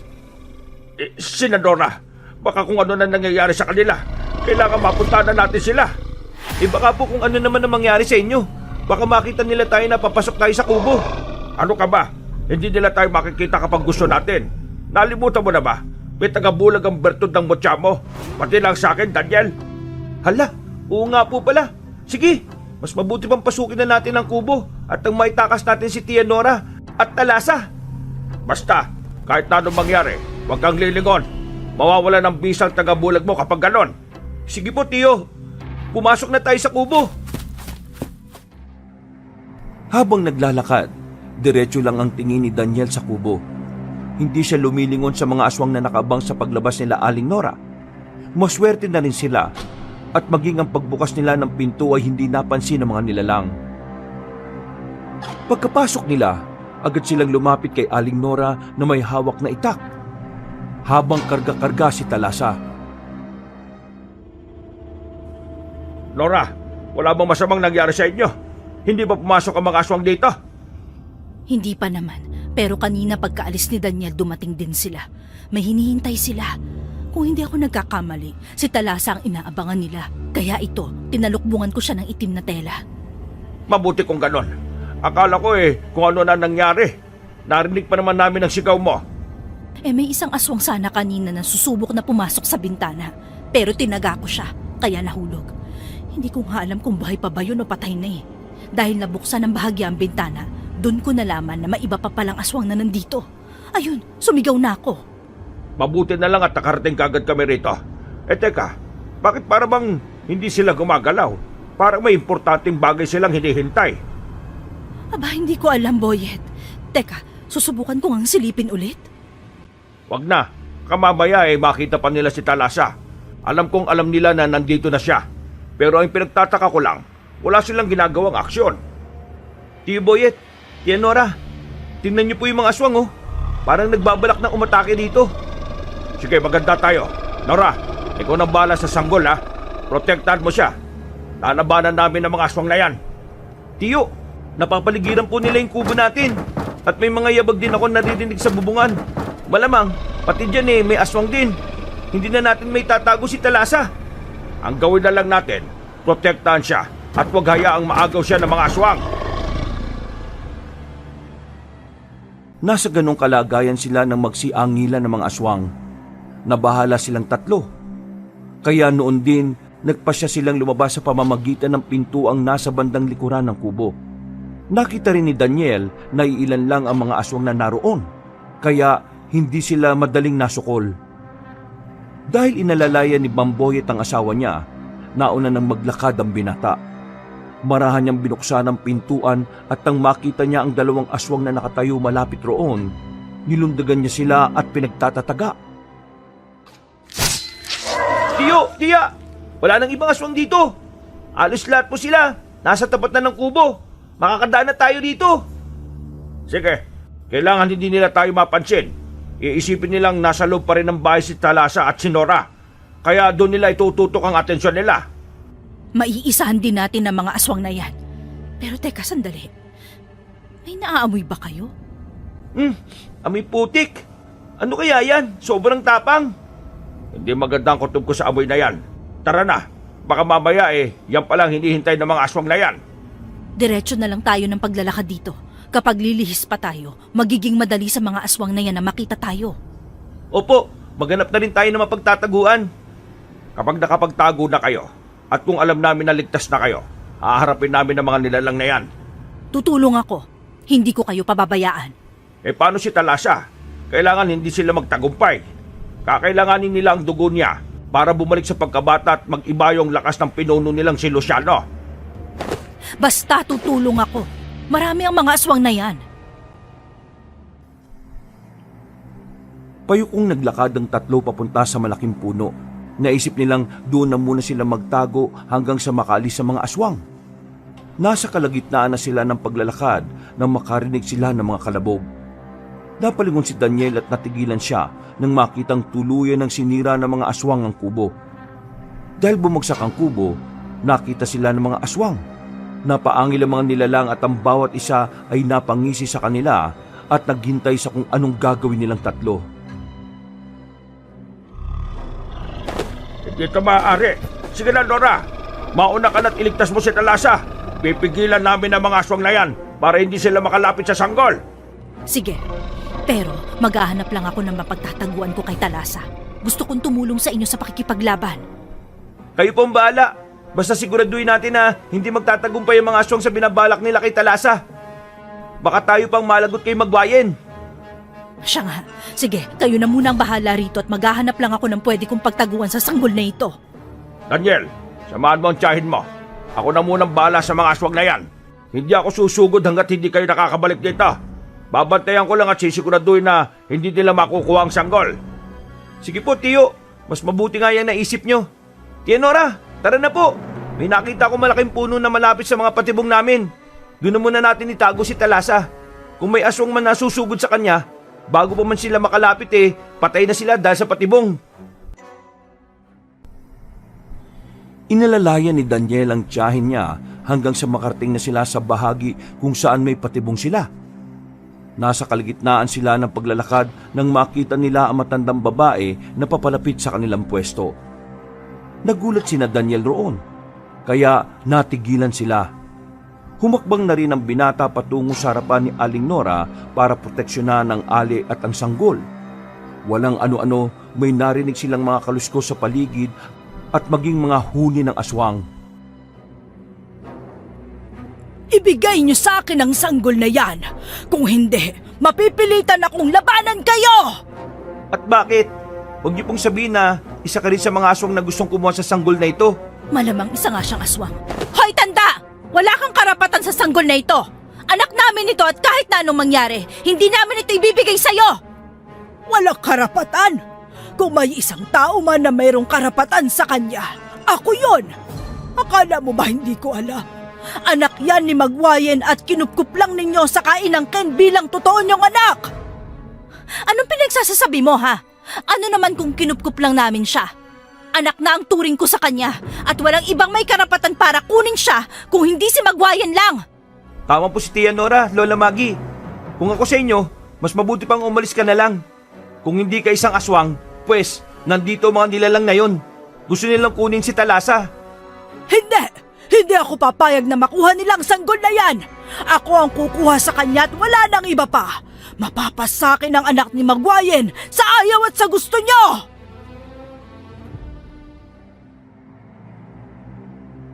Magsasalita pa sana si Daniel, pero napahinto siya nang may makita siyang 5 nilalang na papalapit sa kanila. Nakatitig ang mga yon sa sanggol, kaya alam na ng binata na yon ang pakay nila. Nang sumugod ang 5 aswang, sinalubong sila ni Daniel. Nagulat pa ang binata nang sa hindi niya inaasahan, tinulungan siya ni Lola Maggie. Namangha rin siya sa angking kakayahan na matanda sa pakikipaglaban. Dahil halatang biyasa siya, dahil sa pinagtulungan nilang dalawa, napatay nila ang 5 aswang na gustong sumugod sa kanila. Noon din, silang dalawa ng matanda ang nagkaharap. Ano po talaga ang pakay niyo sa sanggol? Bakit gano'n na lang ang kagustuhan niyong makuha siya? Basta, kung ano man ang pakay ko, sa akin na lang yon. Sa ayaw at sa gusto niyo, ibibigay niyo sa akin ang anak ni Magwayen. Pero alam naman ninyo na hindi pwede, di ba?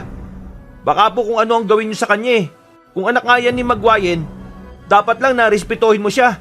Eh bakit ayaw niyo siyang ibigay sa akin? Kung talagang anak siya ni Magwayen, dapat pati ako, respetuhin niyo rin! At bakit ka naman namin igagalang, ha? Kung umasal ka parang hayop na mabangis. Ang paggalang, kusang ibinibigay, hindi yan pinupwersa. Sige, sabihin mo sa amin kung ano talagang pakay mo sa sanggol na ito. Mamamatay muna kayong lahat bago niyo malaman ang pakay ko. Sige, Daniel, labanan mo ako. At kapag napaslang kita, isusunod ko ang tiyahin mo! Sige, gawin mo kung anong nasa isipan mo. Kapag may ginawa kang masama sa pamangkin ko, sisiguruhin kong mamamatay rin ang sanggol na ito. Wala akong pakialam kung anak siya ni Magwayen o kung ano man ang koneksyon mo sa kanya. Huwag na, Tia. Kaya ko naman labanan na matandang to eh. Umatras ka, tanda! Kung hindi, gigilitan ko to sa leeg! Huwag! Sige na, aamin na ako. Wala na rin namang saysay kung magsesekreto pa ako eh. Ako ang... Hindi na ipagpatuloy na matanda ang sasabihin niya. Nang marinig ni Daniel ang boses ng tiyuhin niya, napalingon siya rito. Napalunok na lang ang binata ng laway niya nang makitang hinahabol ng maraming aswang si Mamboyet. Dahil dito, salip na harapin ng matanda, sinalubong niya ang tiyo niya at tinarangan ng mga aswang para hindi makalapit kina Aling Nora. Tiyo Boyet, mukhang nasukol na nila tayo. Anong gagawin natin? Hindi nila dapat makuha ang sanggol. Pati si Lola Maggie kasi gusto makuha si Talasa. Lola Maggie, ang matandang yan. Bakit? Anong rason niya at gusto niya makuha ang anak ni Maguire? Dahil isa rin siyang aswang. Baka nga siya pa ang totoong pinuno nila eh. Nagkakamali kayo. Wala akong pakialam sa mga aswang na yan. Nandito lang ako para kunin ang sanggol. Kahit anong gawin mo, hindi namin siya ibibigay sa'yo. Yan nga rin po sinabi ko eh, pero matigas ang ulo niya. Nasa ganong sitwasyon sila nang nagtaka si Daniel nang makita nilang bigla ang pagluhod ng mga aswang. Napakunot noo siya at napatanong sa sarili niya kung ano ang nangyayari. Lilingon pa sana siya kay Lola Maggie dahil kinutuban siya ng hindi maganda sa matanda. Pero natigilan siya nang makita ang isang aswang na nakatayo roon. Nakangisi siya habang nakatitig sa matanda. Pati na kay Aling Nora na kumakarga kay Talasa. Siya ang tinutukoy niyong pinuno at hindi ako. Siya si Luciano. Yan si Luciano. Tama ang sinabi ng aswang na yon, Daniel. Oo nga po, Tiyo. Sobrang tanda na niya at halos butot balat na lang siya. Amoy ko rin ng samyun niya parang lupa. Sigurado na siya ang naamoy ko kanina. Hindi ko akalain na nandito ka rin, Maggie. Ano? Nandito ka ba para sumama sa akin, pangkat? Kahit kailan, hindi ako sasama at aanib sa mga katulad niyo. Mga salot sa lipunan. At alam ko na kung bakit ka nandito. Gusto mong makuha ang kakambal mo para mahigop mo rin ang enerhiya niya. Sa parang yon, magiging bata ulit ang mukha mo. Wala kang pakialam sa gagawin ko. Kakambal ko ang sanggol na yan at bahala na ako sa gagawin ko sa kanya. Ikaw, hindi mo siya kaano-ano. Kaya umalis na kayo rito ng mga alagad mo. Dadaan ka muna sa ibabaw ng bangkay ko bago mo makuha ang sanggol. Para sa akin lang ang kapangyarihan niya at hindi yan dapat na mapunta sa'yo. Sumenyas si Pinunong Luciano sa mga alagad niya na tumayo at maghanda upang sugurin sina Daniel. Itinaas naman ng binata at ng tiyuhin niya ang kanilang mga sanduko at inihanda ang sarili nila. Noon din, sinabihan ni Daniel si Aling Nora na itakas na ang sanggol at sila na ang bahalang kumalaban sa mga aswang. Napatungo naman ang tiyahin ni Daniel sa kanya at agad na napatakbo palayo. Susundan pa sana ni Pinunong Luciano ang ali pero hinarangan siya na matandang nagpakilala bilang kakambal ni Talasa. Huwag mo akong pigilan sa gusto kong gawin. Kukunin ko ang sanggol at wala akong pakialam sa inyo. Nung una pa lang alam ko na ang pakay mo. Pati sa akin, alam ko na gusto mo lang nahigupin ang kapangyarihan ko. Mabuti na lang talaga lumayo ako sa iyo. At ngayon na ipinagtagpo tayo ulit ng tadhana, hindi na kita papayagang makatakas pa. Anong pinagsasasabi mo? Wala akong masamang intensyon sa iyo. Minahal kita noon, pero ang bigong pagmamahal na yon ang nagtulak sa akin sa kasamaan. Anong nagtulak ang pinagsasasabi mo? Nung una pa lang, alam ko na kung ano ang katauhan mo. Inisip ko lang na baka magbabago ka, pero mali ako. Sa bagay, kahit na anong bihis pa ng ahas ng kanyang balat, ahas pa rin siya. Wala! Nasa inyo ang sanggol na kailangan ko. At dahil doon, damay na kayo sa gulong ito. Ako lang ang kalaban mo, Luciano. At tama ang binatang yan. Wala silang kasalanan sa atin. Naiipit lang sila rito. Kaya kayo, kung gusto niyong mabuhay pa at makaligtas mula sa akin at sa mga aswang na ito, ibigay na ninyo ang hinihingi ko. Sige, ibibigay namin ng sanggol. Pero sa kung sino man ang matira sa inyo, magpatayan kayo hanggat gusto niya. Tama si Tiyo. Paglaban muna kayo para malaman namin kung sino ang dapat na makakuha kay Talasa. Ikaw, Lola Maggie, patunayan mo sinasabi mong anak ka nga ni Magwayen at kakambal mong sanggol na yon. Agad na napaangil ang pinunong aswang. Napakuyom siya ng palad niya at agad na sinugod si Lola Maggie. Napasigaw naman ang matanda at gamit ang tungkod niya, nilabanan niya si Pinunong Luciano. Napaangil din ang mga aswang na nasa tapat ni na Daniel. At sa isang pagkisap ng mga mata ng magtiyuhin, sumugod sa kanila ang mga nilalang. Nilabanan nila ang mga yon. At dahil marami ang mga aswang, nahirapan silang talunin ang mga yon. Sa tuwing naiilagan nila ang mga pag-atake ng ibang aswang, may ilan pang nilalang ang susugod sa kanila. Sa hindi inaasahan ni Daniel, sinunggaban siya ng isang nilalang saka ibinalibag. Tatayo sana siya upang makipaglaban ulit, pero naibalibag din ng isang aswang ang Tiyo Boyet niya patungo sa kinabagsakan niya. Tiyo, hindi ko po akalain na mahirapan tayo sa mga nilalang na yan. Oo nga, Daniel. Pero kahit na anong mangyari, kailangan natin maproteksyonan si Talasa. Pati ang kakambal kasi niya, may masamang binabalak sa kanya eh. Pipigilan natin pati si Lola Maggie. Pero teka po, tingnan niyo, pinagtutulungan siya ng mga aswang. Hayaan mo sila. Sigurado na hindi naman siya mapapatay ng mga yan eh. Kung talagang anak siya ni Magwayen, isa siyang immortal. Eh teka, ang tiya Nora mo pala. Hindi ko alam kung kumusta na sila ni Talasa. Ano po kaya kung sundan mo po siya? Baka mamaya may mga aswang siyang nakasagupa, Tiyo. Ano nga ko lang, tayong dalawa. Pabayaan na natin na matandang yan sa pakikipaglaban ng mag-isa sa mga aswang. Ang importante, makaalis tayo rito at makarating sa lugar na hindi matutunton ng mga aswang. Hindi po, mas mabuti kung kayo na lang muna. Susunod po ako kagad. Kailangan matapos din ng mga aswang na yan eh. At nang maging tahimik na ang buhay natin. Matapos?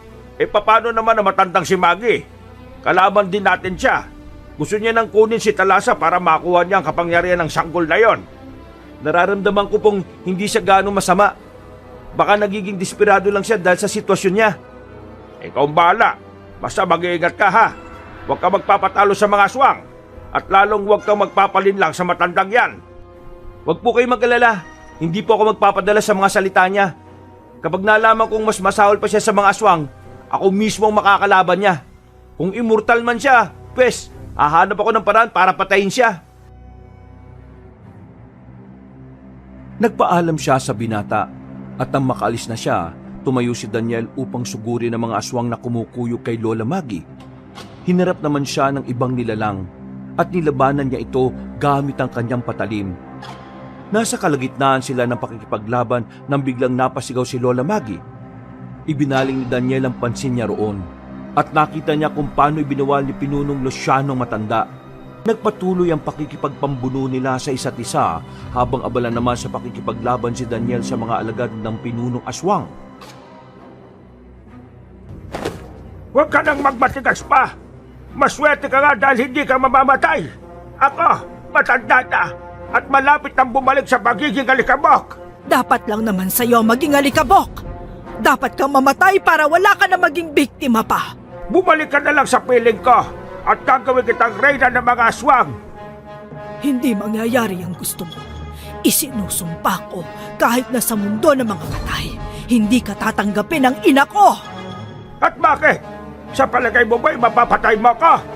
Kapag nakuha ko na ang kakambal mo, siguradong magiging mas malakas ako at magiging immortal din ako. Yan ang hindi ko papayagang mangyari! Sa tulong ng mutyang ibinigay ni Mamboyet, nagawang matalo ni Daniel ang mga aswang na nakalaban niya. Sinigurado niya ring ang kada nilalang na napabagsak niya ay mawawalan agad ng buhay. Nang lahat na ng mga aswang ay nakaandusay na sa lupa, ibinaling niya ang pansin niya sa dalawang naglalaban. Lalapitan sana niya sina Lola Maggie at Pinunong Luciano, pero nakita niya kung paano nagawang baliktarin na matanda ang sitwasyon. Nagawa niyang ibabawan ang aswang, kaya namangha si Daniel.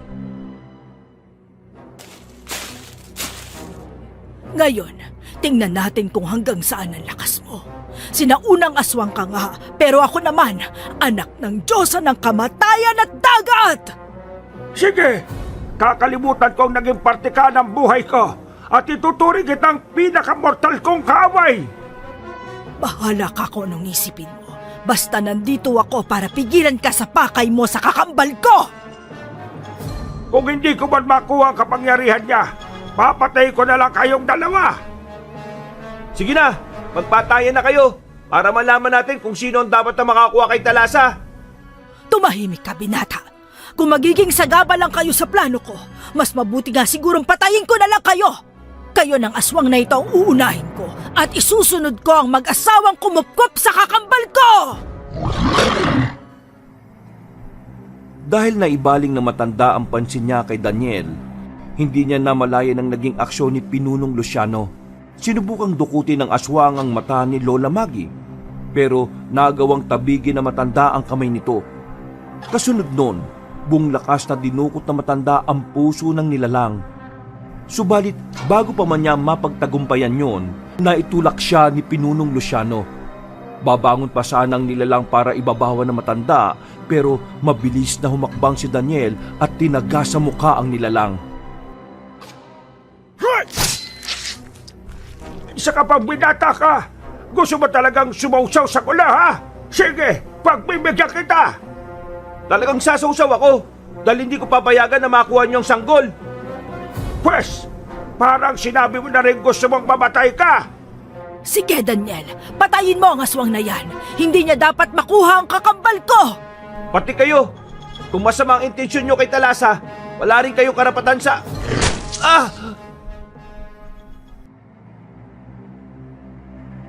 Nagulat si Daniel nang bigla siyang sinakal ng aswang. Bago pa man siya mawala ng lakas, itinaas niya ang sanduko niya. Sinubukan pang tabigin niyo ng pinunong aswang, ngunit nagawa niyang iiwas ang kamay niyang may hawak na itak. Nang mapansin ni Daniel na sinusubukang higpitan ng aswang ang pagkakasakal sa kanya, buong lakas niyang isinaksak ang patalim na hawak niya sa mata ng nilalang. Nabitiwan siya nito, kaya nagkaroon ulit ng pagkakataon ng binata para tagain ang nilalang sa leeg. Sa hindi niya inaasahan, nagawang masalag ni Pinunong Luciano ang sanduko niya. Hinawakan siya nito sa braso at buong lakas na ibinalibag. Napasa po si Daniel sa bewang niya. Napako rin ang tingin niya kay Pinunong Luciano nang inatake ito ni Lola Maggie. Walang iya ka! Kahit na mapatay mo lang ako, hihintayin kita sa kabilang buhay. Kapag nakita kita sa mundo ng ina mo, papatay kita ng paulit-ulit! Saka ka na magsalita pag nandun na tayo. Sa ngayon, namnamin mo ang tamis ng kamatayan mo! Kung masama ako, wala ka rin kasing sama. Sarili mong kakambal, papatayin mo! Tama na! Wala nang saysay ang mga salita mo. Pagkawika ni Lola Maggie, sinikap niyang madukot ang lalamunan ng pinunong aswang. Kasunod nito, binali niya ang liig saka inumpog ang ulo sa bato. Napatitig si Daniel sa matanda at hindi niya inaasahan ang magiging kahinatnan ni Pinunong Luciano sa kanya. Nang maisip niyang may kakayahan ding pumatay si Lola Maggie, inihanda niya ang sanduko niya. Noon din, tumayo ang matanda at tumarap sa kanya. Wala akong ibang ginusto simula pa nung una kung hindi ang makita ang kakambal ko. At bakit po? Para mapatay mo siya at makuha ang kapangyarihan niya? Para maging bata rin ang itsura mo? Hindi mo naiintindihan, Daniel. Naging sarado ang isipan ninyo dahil ayaw niyong ibigay ang sanggol. Sina Tio Boyet at Tia Nora po ang kumukup sa kanya. Ikaw, basta ka nalang nagpakita sa amin at inako na kakambal mo si Talasa. Kung talagang ayaw niyong ibigay sa akin ang kapatid ko, mapipilitan akong gawin sa inyo ang ginawa ko kay Luciano! Sige, subukan mo!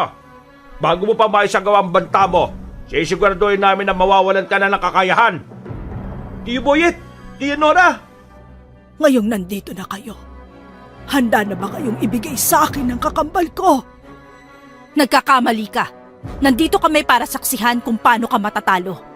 Namatay na palang pinunong aswang. Pasalamat ka at may pagka-immortal ka. Kung wala, sigurado na ikaw na ang susunod.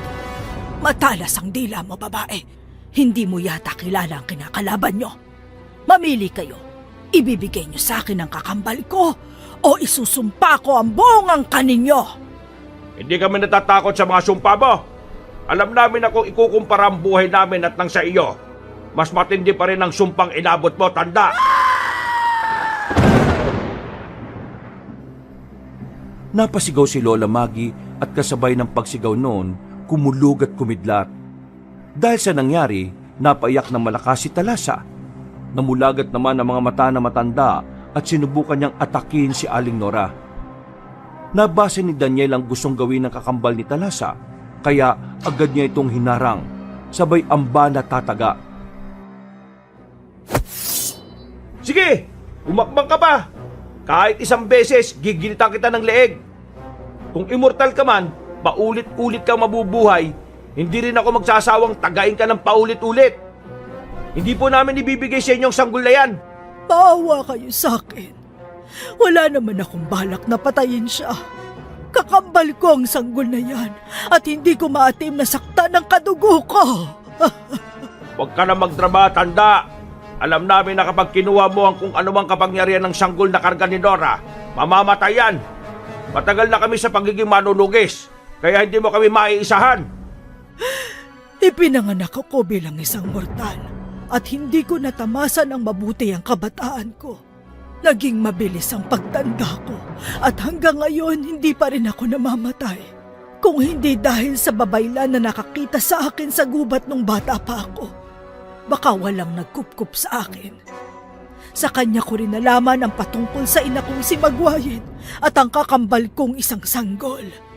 Matanda ka na para magdrama. Kung talagang wala kang masamang binabala kay Talasa, hindi mo na sana siya sinubukan dukutin noon. Tama si Tia Nora, naiintindihan ka po namin. Pero hindi namin isasakripisyo ang sanggol na itinuring na nilang tunay na anak. Hindi na nakasagot si Lola Maggie. Bigla siyang napaluhod at lalo siyang umiyak. Nagmakaawa siya kina Daniel na ibigay ang sanggol at gagawa niya ng paraan para magkaroon ng supling ang mag-asawa. Napailing si Mang Boyet nang marinig nila ang sinabi ng matanda. Napatawa naman si Daniel dahil sa tinuran ni Lola Maggie. Dahil sa naging reaksyon nilang tatlo, naging iba ang ekspresyon ng mukha niya. Nanlisik ang kanyang mga mata at napakuyom siya ng palad. Akmang aatake na sana niya si Daniel nang biglang kumulog at kumidlat. May narinig din silang ingay ng alon na animoy nagngangalit. Walang ano-ano, may nakita silang isang makalumang balangay na nakalutang sa ere. Nandyan na ang aming ina. Sigurado akong parurusahan niya kayo dahil sa ginawa ninyo. Ikaw po ang dapat na parusahan. Sarili mo lang ang iniisip mo eh. Wala kang pakialam kung ano man ang mangyayari sa kakambal mo. Si Magwayan nga, pababa na siya rito. Nora, maganda ka. Hindi natin alam kung ano ang pwedeng gawin niya sa atin. Ang sanggol, protektahan mo. Sige, Boyet. Ako nang bahala kay Talasa. Lumapag sa lupa ang isang Diyosang lula ng lumulutang na balangay. Biglang napayak si Talasa at napayuko naman si Lola Maggie. Iginala ni Magwayan ng paningin niya kina Daniel. Lumakas ang kabog ng puso ng binata. Hindi niya inaakalang makakaharap niya ang kinatatakutan at iginagalang na Diyosa. Kagalang-galang na Diyos ang Magwayan. Mahal na diwata ng dagat at kamatayan! Ano ang kaguluhang nagaganap dito? Bakit marami ang mga bangkay na nagkalat at may mga kaluluwang pag-alagala rito? Mahal na inang Magwayin, patawad po. Itong mga mortal na ito, gusto nilang kunin ang kakambal ko. Nais din nilang patayin siya para makuha ang kapangyarihan niya. Sinungaling, wala kami masamang intensyon sa sanggol. Inalagaan namin siya at inaruga. Ginulo mo lang ang buhay namin eh. Kasama ng mga aswang na yan. Kayo ang may gustong kunin ng sanggol para sa pansariling interes ninyo. Huwag mong baliktarin ang sitwasyon. Hindi ko magagawang saktan ng kakambal ko. Tama na! Anong akala niyo sa akin? Bulag at bingi? hindi makakita at hindi makarinig. Ikaw, Maggie, alam kong ikaw ang may kasalanan, pero hindi rin kita masisisi. Isinumpa kayong magkapatid ng dahil sa akin. At sa inyong dalawa, ikaw ang naghirap dahil naging mortal.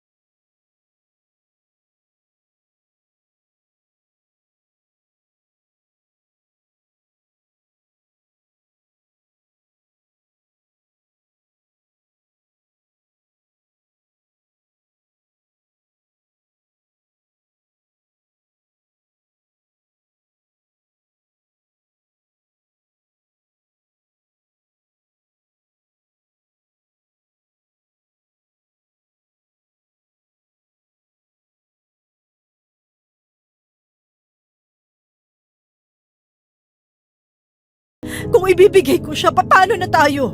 Mawawalan ulit ng saysay ang buhay natin. Sa una lang naman yan. Balang araw masasanay rin tayo na wala ang sanggol. Masaya naman tayo na si Daniel lang ang kasama natin sa buhay, hindi ba? Sige na, mas magiging ligtas si Thalassa sa piling ng tunay niyang ina. Tama ka, lalaki. Dadaling ko ang kambal kong anak sa aking daigdig. Doon, ligtas silang dalawa. Napatango ang mag-asawa. Kalaunan, nakumbinsi ni Mang Robert si Aling Nora na ibigay na ang sanggol kay Magwayen. Maging si Daniel ay nakaramdam ng lungkot. Pero nang marinig niya ang pagtawa ni Thalassa habang papalapit ang mag-asawa kay Magwayen, napalitan ng saya ang nararamdaman nila. Ang buong akala ko, makakawala ako sa sumpa kung kukunin ko ang kapangyarihan ng kambal ko o kung papatayin ko siya. Mabuti na lang talaga, hindi natuloy ang binabalak ko at napangalagaan ko pa siya laban sa mga aswang. Patawad, Daniel, Boyet, Nora. Ayos lang po yun, Lola Maggie. Naintindihan ko po kayo. Ramdam ko naman na hindi kayo likas na masama Nang makalapit na sina Mang Boyet at Aling Nora kay Magwayen, sinenyasan din ng Diyosa si Lola Maggie na lumapit sa kanya. Noon din, may kinuha siyang isang maliit na bote. Ipinainom niya yung kay Lola Maggie at kay Thalassa. Ilang sandali pa, biglang naramdaman ni Aling Nora ang pagbigat ng sanggol na karga niya. Kaya inilipag niya si Thalassa sa lupa. Ilang sandali lang, parehong nagbago ng anyo sina Thalassa at Lola Maggie. Naging mga magagandang dalaga sila na merong mga batok sa katawan. Maraming salamat sa pag-aalaga niyo sa kakambal ko. Kung hindi niyo siya naprotektahan, baka kung ano na ang nangyari sa kanya. Maraming salamat po, Nanay Nora, Tatay Boyet. Sa iyo rin, Daniel. Huwag kayong mag-alala. Kung papayagan ako, bibisita ako sa inyo. Papayagan kita, pero sa panaginip lang. Ngayong wala na kayong sumpa, pwede ko na kayong dalhin pabalik sa atin. Magpaalam na kayo sa mga taong yan. Paalam po sa inyong tatlo. Hanggang sa muli nating pagkikita, mga kaibigan. Paalam din sa inyo. Masaya kaming nakilala namin kayo. Thalassa, maraming salamat sa pagpapasaya mo sa amin. Gusto ko lang sabihin na ang mga araw na kasama ka namin ang pinakamasayang tagpo sa buhay ko. Sige, bilang gantimpala sa pagkukup nyo sa anak ko, kakausapin ko ang mga Diyos at Diyosa para mabigyan kayo ng pagkakataong magkaanak. Talaga po. Maraming salamat po. Narinig mo yun, Nora. Magkakaanak tayo. Maraming salamat po talaga, Diyos ang Magwayen. Hayaan niyo, madalas kaming mag-aalay para sa inyo bilang pagpapasalamat. Napangiti ang Diyosa sa tatlo. Noon din, unti-unti silang umangat sa lupa. Habang nasa ganoong sitwasyon, hindi tumigil sa pagkaway ang kambal na anak ni Magwayen. Gumanti na rin ang kaway sina Daniel at habang ginagawa nila yon, hindi na napigilan ni Aling Norang mapaiyak. At sa isang pagkisap ng mga mata nila, nakapasok ng 3 sa balangay at agad yung tinangay ng hangin. Ngayon pong wala na si Talasa at wala na rin ang pinuno ng mga aswang. Ano na po ang plano ninyo? Siguro naman, magiging tahimik na ang buhay natin. Wala na tayo magiging kalaban. At kung meron man sigurado na may iba pang manunugis ang lilitaw para kalabanin sila. Tayo, mas mabuting mamuhay na tayo ng tahimik. Sa bagay po, mas mabuti nang iwanan natin ang dati nating gawain para maging tahimik na rin ang buhay natin. Marami na mga naging laban natin. Siguro, sapat na rin yon. Basta ako, gusto kong ihanda ang sarili ko sa pagbubuntis kahit pa alam kong medyo alanganin na ang edad ko. Malaking tiwala ko kay Magwayen. Alam ko na tapat siya sa salita niya. Kung ganun mas mabuti siguro kung uuwi na tayo. Dun sa nayon natin. Oo nga po, Tiyo. Simula na ng bago natin buhay. Sana, wala nang mga aswang na manggulo sa atin, no? Yan ang ipapanalangin natin. Tara na. Naglakad sila pauwi sa nayon nila. Maging si Daniel, nakaramdam din ng lungkot. Pero isinantabi na lamang niya yon. Pagdating nila sa baryo nila, nagtaka ang mga tao kung saan sila nanggaling. Hindi naman nila sinabi ang totoo at nagdahilan silang may inasikaso silang importanteng bagay. Magmula noon, matiwasay silang namuhay sa nayon nila. Bumalik na rin sa pangingisda sina Daniel at Mang Boyet. Pero tuluyan na nilang iniwan ang pagiging manunugis. Isang umaga,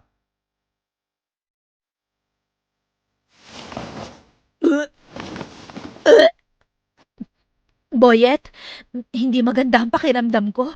Parang bumabaliktad ang sikmura ko na hindi ko maintindihan eh. Oh, bakit? Anong nakain mo? Teka, hindi kaya nagdadalang tao ka na, Nora? Baka tinupad na ni Magwayen ang sinabi niya sa atin dati. Oo nga, salamat naman. Alam mo na mula pa noon nawawala na talaga ako ng pag-asa eh. May mabuting idinulot din pala ang pagkakatagpo at pagkupkup natin sa sanggol ni Magwayen na isinumpa. Ngayon din mismo, magbibigay tayo ng alay sa kanya. Magpapasalamat tayo sa mga Diyos at Diwata. Daniel, tulungan mo nga ako para madaling matapos ang altar natin. sige po, Tiyo Boyet, tayo na po. Sige, maghahanda lang ako ng iba pang kagamitan natin. Nang matapos nilang magawa ang altar at mailatag ang mga alay nila para kay Magwayen, sinimulan na nila ang pag-aalay. Ng mga panahong yon, kasama na mag-asawa si Daniel at siya na ang nagpasimulo ng ginawa nilang ritual. Namangha ang binata nang matanaw niya sa pangitain niya ang Diyosang si Magwayen, kasama ang kambal niyang anak na minsan nang naging matanda at sanggol. May kung anong sinabi ang Diyosa. At nang muling bumalik sa sarili niya si Daniel, nagawa niyang matandaan ang mga yon. Sinabi niya ang mga inihabili ni Magwayen. At hindi naman yon sinuway ni Mang Boyet at Aling Nora. Kapag daw sinunod po ninyo yung mga habili niya, magiging matagumpay raw po ang pagbubuntis ninyo, Tia Nora. Sige Daniel, susundin ko lahat ng sinabi ni Magwayen. Hindi ko siya bibiguin. Sabik na rin ako makita ang magiging anak namin ni Boyet. Salamat po, Tia. Huwag po kayo mag-alala. Kapag nanganak na po kayo, tutulong ako sa pag-aalaga sa pinsan ko. Ngayon pa lang nagpapasalamat na ako sa iyo, Daniel. Wala po kayong dapat na ipagpasalamat sa akin. Ako nga po ang dapat na magpasalamat sa inyo eh. Kung hindi dahil sa inyo, hindi ko na alam kung saan ako pupulutin. Baka nga tinapon na rin ako ng mga magulang ko sa dagat eh. Talagang doon ka na namin mapupulot. Nung naabutan ko yung ina mo itatabo ka na nga sana sa dagat. Narinig ko pang sinabi niya na bahala na ang Diyosa na karagatan na kumupkup sa'yo. Si nanay talaga oh. Pero hindi na rin naman natin sila masisisi ni tatay eh. Siguro gusto lang po nila akong maging ligtas. Siya nga. Mula nung ipinagbuntis ka niya hanggang sa naipanganak ka, hindi na kayo tinigilan ng mga aswang. Malakas nga ang kutob ko na alagad ni Pinonong Luciano mga yun eh. Ang mahalaga, ligtas ka na ngayon. Kung nasan man ang nanay at tatay mo, sigurado na ipinagmamalaki ka nila.